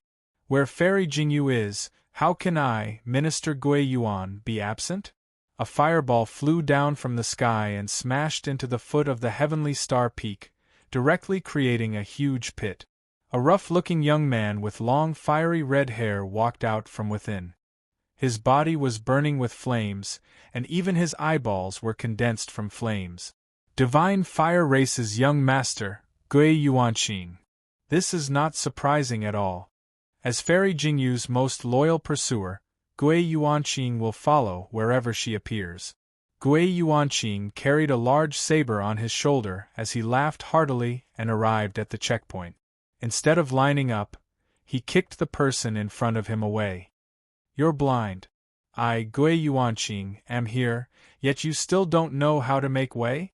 The staff at the checkpoint checking the invitation smiled and said, Young Master Gui, please show us your invitation. Who knew that Gui Yuanqing would give him a slap in the face? Are you blind? Asking me for an invitation? You can ask the others if I, Gui Yuanqing, have ever used an invitation anywhere? Not only could the staff not get angry, but he also had to smile and say, Yes, yes, yes, I am blind. Please go ahead, young master. Gui Yuanqing had always been so unscrupulous, and many people hated him. However, not only was his opponent powerful, but his background was also frighteningly powerful. The Divine Fire race was one of the most powerful families in the 9-star civilizations, and ordinary people could not afford to offend them. However, Gui Yuanqing did not leave just like that. Instead, he raised his large saber and pointed it at the people who were still lining up. He shouted rudely, And all of you, leave immediately. Why don't you take a good look at yourself in the mirror? Do you still want to see Fairy Jingyu with your disgusting behavior? After a moment of hesitation, the people in the queue immediately dispersed. No one wanted to go against Gui Yuanqing. Only Su Yu did not have any intention of dispersing. Instead, he took a few steps forward while the people in front of him were leaving. Gui Yuanqing furrowed his fiery red brows and snorted. Who is not afraid of death? However, just as he was about to attack, a gentle voice came from the sky. Let me do it, can I? Then, a white cloud descended from the sky. 3 people jumped down from the cloud. The one in the middle was a handsome man with a jade-like face. He was holding a fan in his left hand, while his right hand was behind his back. Behind him were 2 beautiful maidservants. One of them was holding an umbrella, while the other was holding a 7-stringed zither. Upon seeing him, Gui Yuanqing furrowed his brows. Lin Yifang of the Heavenly Wood race? Lin Yifang smiled gently. Young Master Gui, you will scare Fairy Jingyu away by behaving like this. Ha ha! Gui Yuanqing laughed heartily. I'm straightforward, so I'm better than you, who are full of evil tricks. As he spoke, he carried his large saber and ascended to the Heavenly Star summit. Lin Yifang smiled faintly as he slowly ascended with the 2 maidservants. The staff at the checkpoint had learned their lesson and did not ask for invitations again. Su Yu sighed inwardly. The 2 people just now were very powerful. Without Fairy Jingyu's body, it would have been very difficult for him to defeat them. The 2 of them were only 2 of Fairy Jingyu's many pursuers. Perhaps there were even more outstanding people who had been pursuing her. After not seeing her for many years, her status had indeed changed drastically. Next, the staff at the checkpoint shouted. Su Yu came back to his senses and immediately stepped forward. He easily entered with his imitation invitation. As soon as he ascended the stairs to the Heavenly Star summit, he heard a cry of surprise coming from behind him. Even Fenggu-chan of the Feng family is here. Su Yu turned his head and immediately recognized him. Wasn't this the Feng family member who had killed his companion from the ancient tomb bloodline on the Haotian civilization? How could he still be in the mood to participate in the event? Wasn't he afraid that the ancient tomb bloodline would cause trouble for him? Although Fenggu-chan's strength is weaker than the previous 2, his background is stronger. He is also a strong competitor for Fairy Jingyu. Fenggu-chan smiled and quickly walked up the stairs. When he passed by Su Yu, he seemed to sense something and stopped in his tracks, a trace of doubt on his face. He felt that Su Yu's scent was a little familiar, but he could not recall where. After all, he had only met Su Yu briefly in the past 6 months and had not fought with him. Therefore, he did not pay much attention to him and ascended to the Heavenly Star summit alone. When Su Yu and Wenqing arrived, the Heavenly Star summit was already crowded with young people who were looking forward to seeing Su Yu. Su Yu was also waiting patiently in a corner. He was very excited. He had not seen Xia Jingyu for 100 years. Now that they had met again, should he reveal his identity? He had heard that Xia Jingyu was being controlled by the Goddess clan. Should he take her away now? A series of questions flashed through his mind, and his eyes were looking everywhere for Xia Jingyu. However, he could not find her at all. All of a sudden, someone in the crowd exclaimed, "Look, it's Fairy Jingyu's carriage." In the sky, a crystal-colored snow sedan was approaching. Chapter 2897. The snow palanquin was surrounded by scattered pear blossoms, which fluttered in the wind. From afar, it looked as if a lady was dancing under the pear tree. Su Yu's eyes were filled with emotions. Under the pear tree, it was the beginning of his fate with Xia Jingyu. She still remembered Su Yu, who came from the Xinyue Island. The young elites of the Heavenly Star Summit let out intense cries of excitement. The proud Sons of Heaven, led by Gui Yuanqing, Lin Yifang, and the others, flew into the air and took the initiative to welcome them. The three elders of the organizer also stood up to welcome her. "Fairy Jingyu, your presence brings light to our humble gathering at the Heavenly Star Summit." All of a sudden, the snow palanquin became the center of attention. Everyone stared at the snow palanquin without blinking. They were afraid that they would miss the moment when Fairy Jingyu came out. "You are exaggerating. I just happened to be here." Strangely, Fairy Jingyu did not show any intention of leaving the snow palanquin. The crystal snow palanquin rotated slightly and landed in a corner of the Heavenly Star Summit. She said, "I am not feeling well, so it is inconvenient for me to come out and meet you. Please forgive me." The crowd was filled with sighs. They had come to witness Fairy Jingyu's beauty with their own eyes. Gui Yuanqing said casually, "Fairy Jingyu, let us see your beauty." The snow palanquin was silent, as it completely ignored Gui Yuanqing. If someone else had ignored him, Gui Yuanqing would have slashed him with his knife. However, Fairy Jingyu made Gui Yuanqing laugh awkwardly. Lin Yifang said, "Fairy Jingyu, I heard that you are an expert in creating artistic conception. Why don't you let us experience it?" Then, a calm reply came from the snow palanquin. "It is just a small trick, so I will not embarrass myself. Please do what you are supposed to do." She did not want to participate in the gathering in the first place. She was forced to come, so she had no interest in participating. Lin Yi's side was given the cold shoulder, but there was nothing they could do. Fairy Jingyu had no desires. There was nothing in the world that could move her.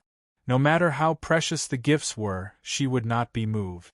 Wanting to win her heart was as difficult as ascending to the heavens.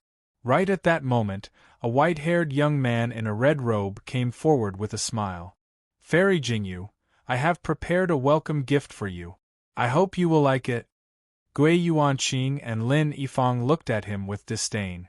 The former sneered. "Fairy Quiet Rain has seen all sorts of good things. Does she need a gift from you?" "Haha, Fenggu-chan, don't you know that Fairy Jingyu hates gifts the most?" Lin Yifang scoffed. However, Fairy Jingyu never accepted any gift. Instead, she became colder and more distant. Fenggu-chan did not learn his lesson. However, Fenggu-chan did not care. He smiled and said, "That is because none of your gifts have reached Fairy Jingyu's heart." Zen Fenggu pressed his palms together and a snow-white powder appeared in his palms. Then, he blew it into the air. The white powder filled the sky, and when it came into contact with the wind, it actually turned into white pear blossoms that filled the sky. They floated down in a magnificent manner. At first glance, the sky looked like it was snowing heavily. However, in the eyes of the crowd, this was nothing more than an ordinary illusory technique. There was nothing special about it. Even the one with the lowest cultivation among them could create a similar scene of pear blossoms. Lin Yifang could not help but laugh. "Your welcome gift is really sincere." Gui Yuanqing snorted. "It's better not to give it. Fairy Jingyu might think that we are fooling around with her." The crowd was disappointed. Seeing how confident Fenggu-chan was, they thought that he would be able to gift some rare and precious item. In the end, it turned out to be a simple and crude illusory technique. How disappointing! However, with a creak, the front of the snow sedan tilted downwards. A graceful lady with an unparalleled appearance, and a silver shawl draped over her shoulders, stepped out lightly from within. Her facial features were so exquisite that they looked like they were carved out. She was so beautiful that she did not seem like a living creature. The abandoned civilization, which was originally dark and gloomy, brightened up a few notches after her appearance. The beauty that did not belong to this world was like moonlight, illuminating everyone's hearts. Even the ladies were stunned by her unparalleled beauty. So beautiful! When Cheng was stunned. There is such a beautiful lady in this world? However, after a while, she suddenly came back to her senses. Wait, isn't that you? Su Yu's appearance was exactly the same as this lady's. However, Xia Jingyu had a hazy and graceful temperament, which added to her beauty and made her stand out from the rest. Looking at Su Yu, he was standing there, gazing at the lady with deep affection and perplexity. Xia Jingyu, long time no see, Su Yu murmured softly. His eyes were filled with the beautiful figure of the lady in the snow sedan. Stepping out of the snow sedan, Xia Jingyu kept looking up at the sky, staring at the pear blossoms that were falling continuously. One by one, the illusory pear blossoms landed on her beautiful face, turning into specks of fluorescent light and dispersing. All that was left was a trace of loneliness and melancholy on her beautiful face. Gui Yuanqing, Lin Yifang, and the rest could not believe that Fairy Jingyu would be subdued by the illusory technique of a small pear blossoms. It shouldn't be. Fairy Jingyu was the most honorable young master of the goddess clan. She had seen all kinds of good things in this world. How could she be moved by a small pear blossoms? Fenggu Chan smiled faintly. He knew that someone must have snitched on him. With a warm smile, Fenggu Chan stepped forward and said, Fairy Jingyu, do you like it? Xia Jingyu looked over. Amidst the pear blossoms, a white-haired man was standing there, smiling at her. For a moment, Xia Jingyu felt that she was looking at Su Yu. Her eyes were filled with melancholy. It had been half a year. Su Yu had been in the 9-star civilization for half a year. Where was he now? Was he safe and sound? Did he still remember her? Having been stared at by Xia Jingyu for a long time, Fenggu Chan's emotions surged. Thinking that he had moved her, he said, Fairy Jingyu, I am Fenggu Chan. This is a welcome gift. I hope you like it. But before he could finish his sentence, Xia Jingyu retracted her gaze and walked back to the snow sedan again. She said calmly, I like the gift, but please don't pry into my privacy anymore. That's very annoying. For some reason, Xia Jingyu's face was very cold. She, who was as calm as water, had said the word annoying to someone for the first time. The sudden words caused Fenggu Chan to be dumbfounded, and even more so caused all the young elites present to be dumbfounded. Was the otherworldly Fairy Jingyu enraged? Only a few people close to the goddess clan knew that she liked pear blossoms. Without a doubt, the ones who sold her information were her own people. She had encountered similar situations many times, but she had never been angered. She could control herself, but she could not control her people. But this was the only thing she could not tolerate.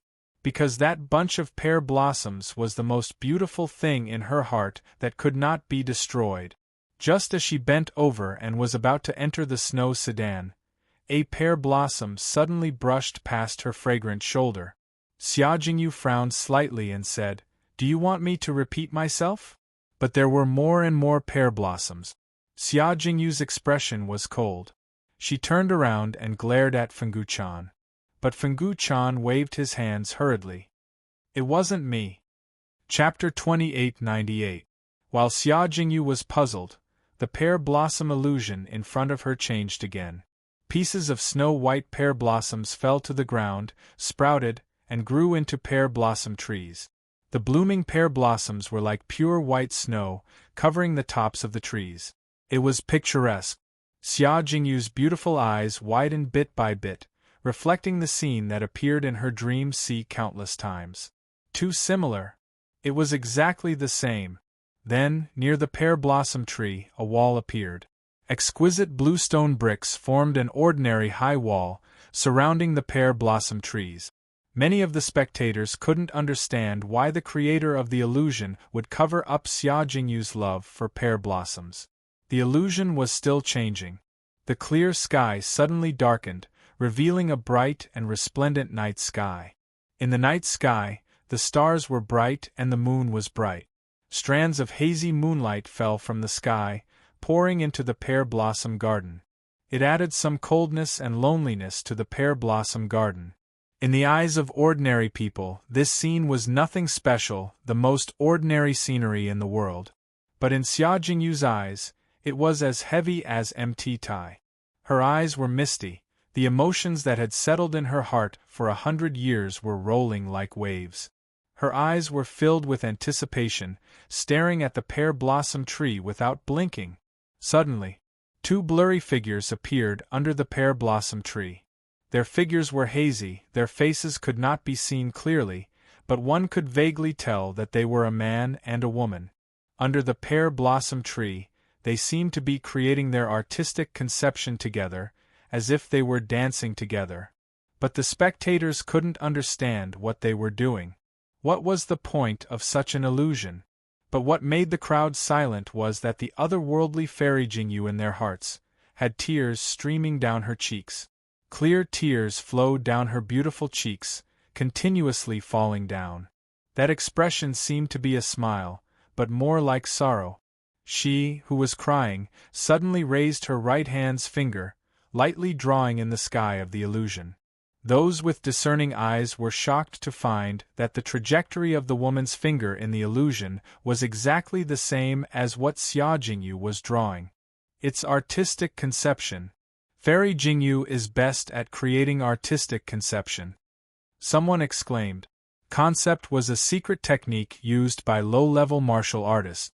Through communicating with heaven and earth, one could create a mysterious feeling. Those feelings could lead one to see through illusory things. Furthermore, it was said that Fairy Jingyu was an expert in the creation of intents. She was often able to cause those cold and detached old monsters to resonate with her. However, Fairy Quiet Rain rarely used it. Even when she did, it was only because the patriarch requested it. But now, he took the initiative to display his intent. It had already outlined the image of an old man standing at the peak of heaven and earth, facing a certain kind of great power with a calm and indifferent expression as it faced destruction. To be honest, the concept was very ordinary. However, they felt a sense of déjà vu.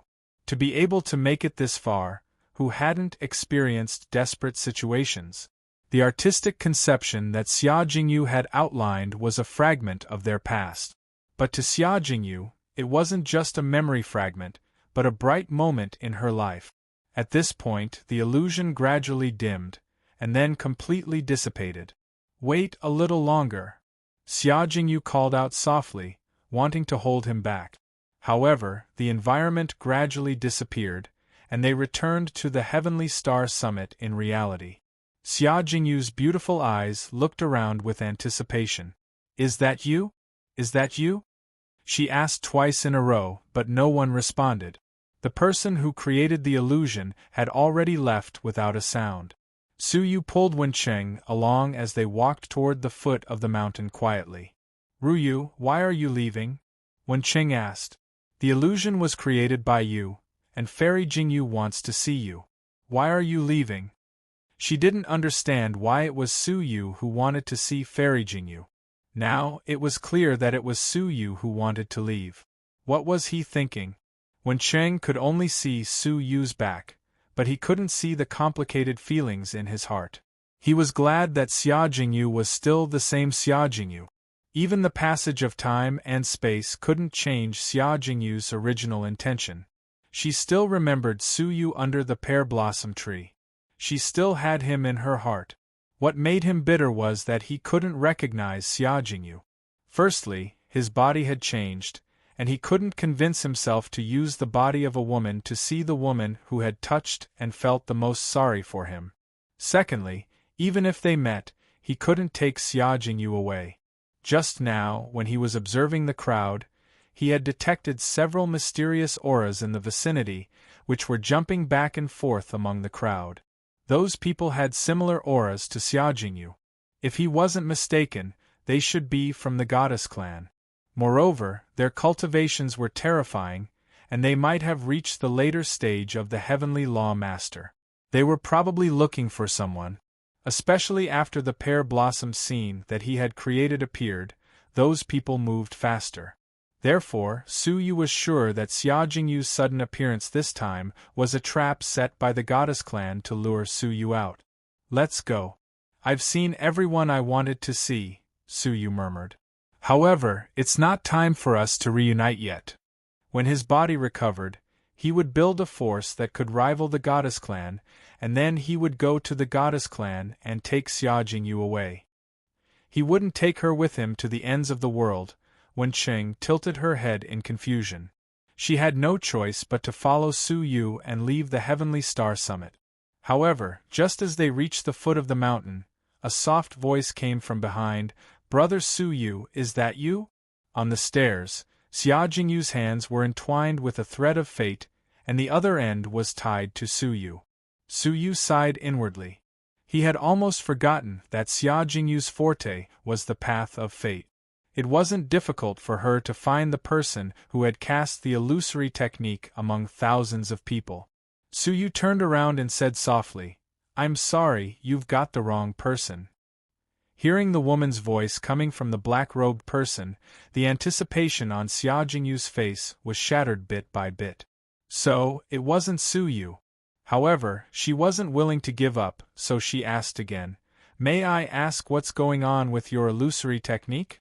Su Yu suppressed the complicated feelings in his heart and tried hard to maintain a calm tone. He said, "I once saw a person cast this illusory technique somewhere, and I remembered it. Today, I saw someone cast the pear blossom illusory technique, so I cast it again." "Why? Did you misunderstand me?" Xiaojingyu's eyes lit up with excitement and joy again. "What did the person you were talking about look like?"